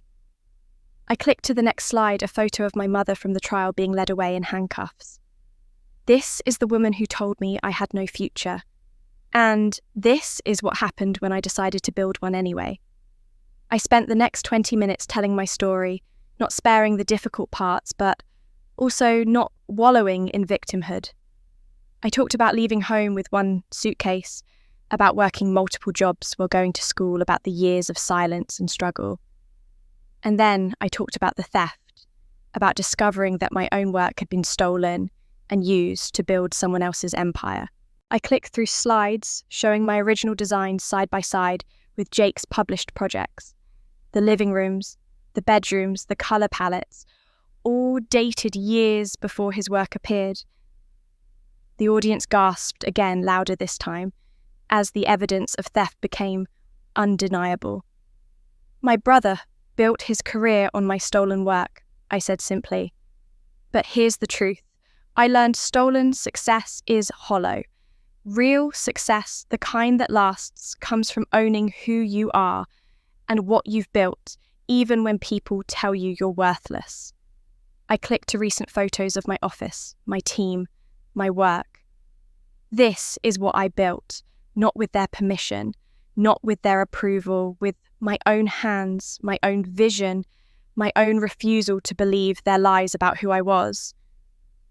I looked out at the sea of young faces, some crying, some staring with fierce concentration, all listening with an intensity that took my breath away. "Someone once told me my future was bald," I said, my voice ringing clear through the auditorium. "But hair grows back, and so does hope, so does strength, so does the truth." I leaned forward, making eye contact with as many students as I could. "Your worth isn't what they see, it's what you know. Your future isn't what they predict, it's what you build. And if anyone, parent, teacher, friend, anyone tries to convince you that you're less than you are, remember this, they're wrong, and you don't need their permission to prove it." I paused, then spoke my final words directly to the students who needed them most. Some of you are sitting here feeling invisible, feeling worthless, feeling like you'll never escape the people who've made you believe you're nothing. I'm here to tell you that you can, you will, and 15 years from now, you'll stand somewhere important and realize that the people who tried to destroy you were just showing you how strong you needed to become. The applause started slowly, then built like a wave, students rising to their feet, then parents, then teachers, until the entire auditorium was standing and cheering. I stood at that podium, tears streaming down my face, and let myself feel the full weight of this moment, this reclamation, this victory, this transformation of pain into purpose. And then I saw her. In the back of the auditorium, partially hidden by the crowd, my mother stood frozen in the aisle. She must have come to watch, unable to resist seeing me in this moment of triumph. Our eyes met across the distance, and I saw something in her face I'd never seen before. Not remorse exactly, but recognition.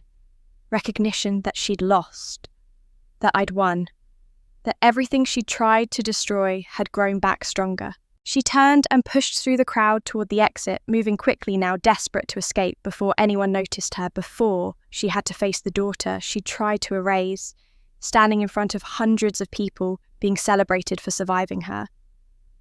I watched her go, and I felt nothing but relief.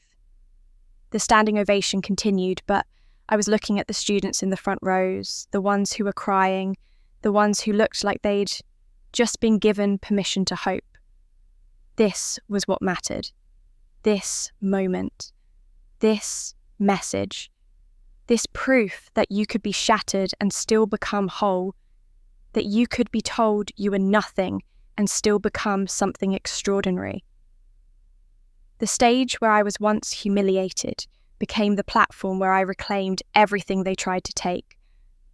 I thought that was the end of it, my final statement, my last word on everything that had happened. I'd reclaimed the stage where I'd been broken, turned out my pain into purpose, and watched my mother flee from the truth she couldn't face. I was ready to move forward, to let the past stay exactly where it belonged. But 3 weeks later, Mrs. Chen called with news I hadn't expected. My mother had collapsed at home, been rushed to the hospital, and been diagnosed with advanced heart disease exacerbated by stress and years of untreated anxiety. The doctors said she had maybe 6 months, possibly less, and she was asking to see me. "You don't owe her anything," Mrs. Chen said carefully. "If you want to decline, no one would blame you. You've already given her more grace than she deserved." I sat with that for 2 days, turning it over in my mind. Part of me wanted to refuse to let her face the end alone, the way she'd made me face so many difficult moments alone. But another part of me, the part that had worked so hard to heal, knew that if I didn't go, I'd carry the weight of that choice forever. This wasn't about her anymore. It was about me, about choosing closure on my own terms, about making sure I had no regrets when she was gone. So I agreed to meet her, once, privately, on my conditions. She was staying at my father's house under hospice care, too weak to be left alone, but not sick enough yet to be hospitalised permanently. I pulled up to that house on a grey October afternoon, leaves falling from trees I'd climbed as a child, and felt the familiar clench of anxiety in my chest.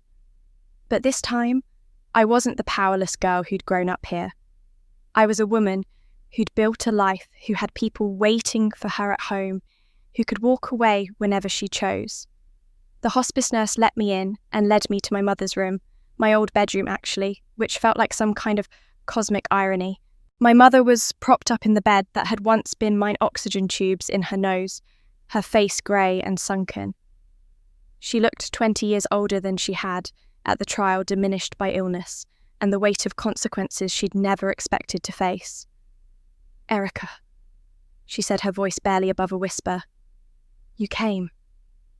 "I came," I agreed, standing near the door, keeping distance between us. "You have 15 minutes. What did you want to say?" She gestured weakly toward the nightstand. "There's something I need to give you. An envelope, please."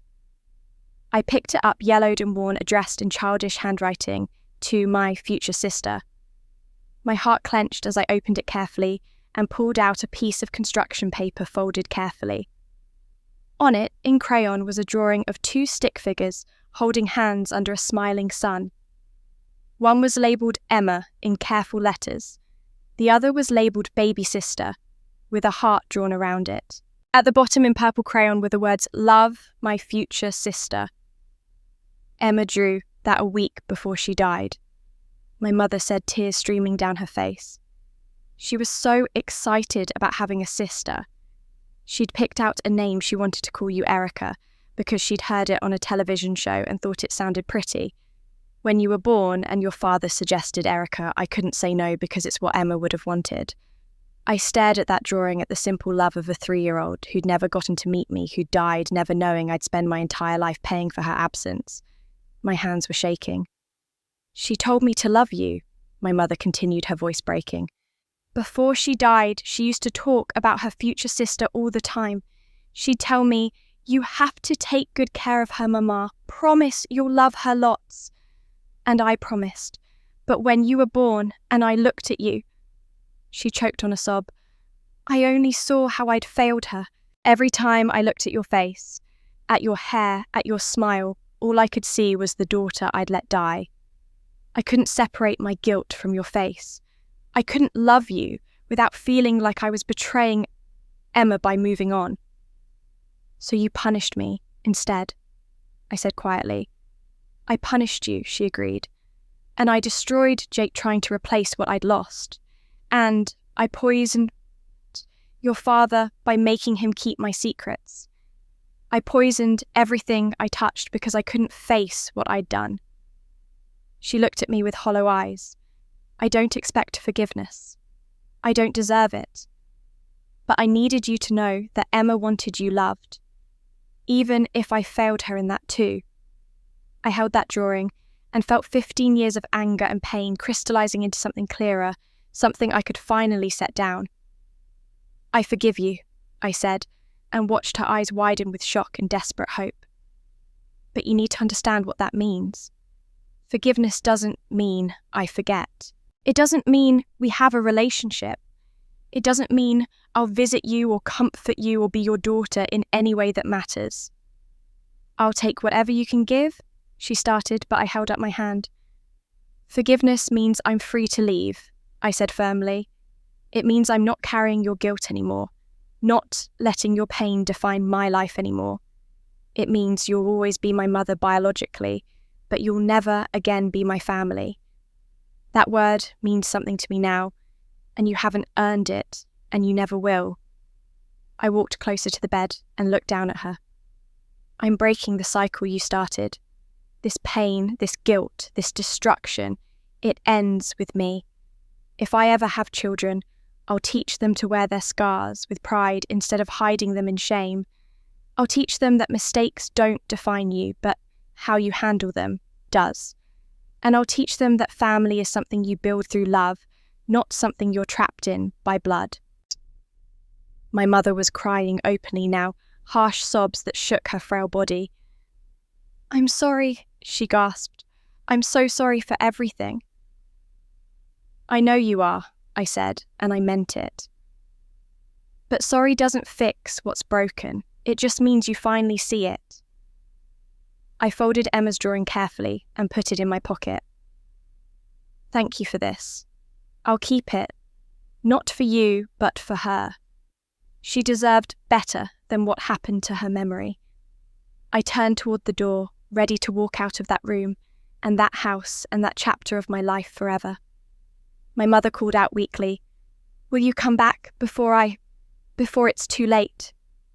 I paused at the threshold and looked back at her one last time. "No," I said gently. "I won't. This is goodbye. I hope you find peace, but I can't be the one to give it to you. I have my own peace to protect now." I walked out of that house into the October afternoon, Emma's drawing safe in my pocket, and I felt the last chain holding me to my past finally break. I'd given my mother the only thing I could acknowledgement of her pain and permission to die with the truth spoken. But I'd given myself something far more valuable. Forgiveness wasn't a gift to her, it was my final act of freedom. That freedom became the foundation for everything that came after. My mother died 3 months later, quietly, in hospice care with only my father beside her. I didn't attend the funeral. I sent flowers with a card that read, "Rest in peace." And I meant it. I wanted peace for her, for Emma, for everyone caught in the wreckage. But I wanted peace for myself most of all. And I'd learned that sometimes peace means choosing distance over obligation. With that chapter closed, I turned my energy toward building something that would outlast the pain. I used my grandmother's inheritance to establish the Emma and Erica Foundation, helping young women escape psychologically abusive families.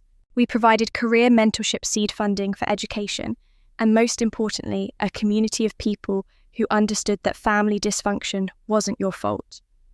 Mrs. Martinez served on the board, Mrs. Chen handled legal work, pro bono. The family I'd chosen became the foundation's heart.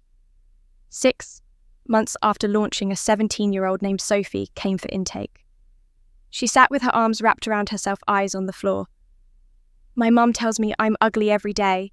She says no one will ever love me because I'm fat and my skin is bad. I don't know how to make her stop seeing me that way." I sat beside her instead of across from her. "The question isn't how to make her see you differently. It's how to stop needing her to." "But she's my mom," Sophie whispered. "If she doesn't think I'm worth anything, how can I believe I am? Because worth doesn't come from other people's opinions," I said, pointing to my wall where 2 photos hung in identical frames. The first showed me on graduation day, bald and humiliated. The second showed me at a design award ceremony, confident and clear. I learned I had a choice. I could keep waiting to be beautiful in someone else's eyes, or I could start being powerful in my own. That's when everything changed. Sophie stared at those photos. "Your mum did that to you. Shaved it," I said. "The night before graduation, told me I was bald like my future." I smiled. She was right. My future was bald, blank, empty, ready to be filled with whatever I chose instead of what she'd tried to force. I told Sophie my story, not to center myself, but to show her survival was possible, that she had power her mother could never touch. When she left, she was enrolled in our mentorship program. 3 months later, she'd be applying to colleges. 6 months after that, living with an aunt who actually saw her. That afternoon, I led a workshop for 15 young women in our program, ages 16 to 22, all carrying family trauma, all working to transform pain into power. They sat in a circle, watching me with expressions that said they were ready to hear something true. "Welcome," I said. "I want to start by telling you what someone once told me." I pointed to my graduation photo. My mother said I was bald like my future. She meant it as a curse, as proof I'd never amount to anything. I paused. She was right about one thing: my future was bald. Empty, blank. But she was wrong about what that meant. I looked at each of them. A blank future isn't a curse. It's an opportunity. You get to fill it with whatever you choose, whoever you want to become. They said I was bald like my future. And they were right, because I rebuilt that future from absolutely nothing, from one suitcase and $300 and determination, and I made it entirely mine. Several girls were crying. One raised her hand. How do you stop hearing their voices? Stop believing what they said? You don't stop hearing them, I said honestly. Not right away. But you build something so solid, so real, so undeniably yours that their voices get quieter. Then one day, you realize you haven't thought about their opinion in weeks, then months.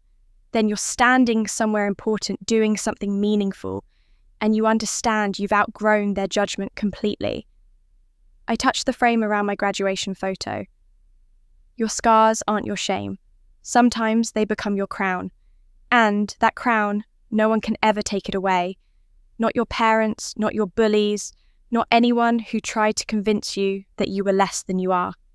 Because you built it yourself, and it's yours forever.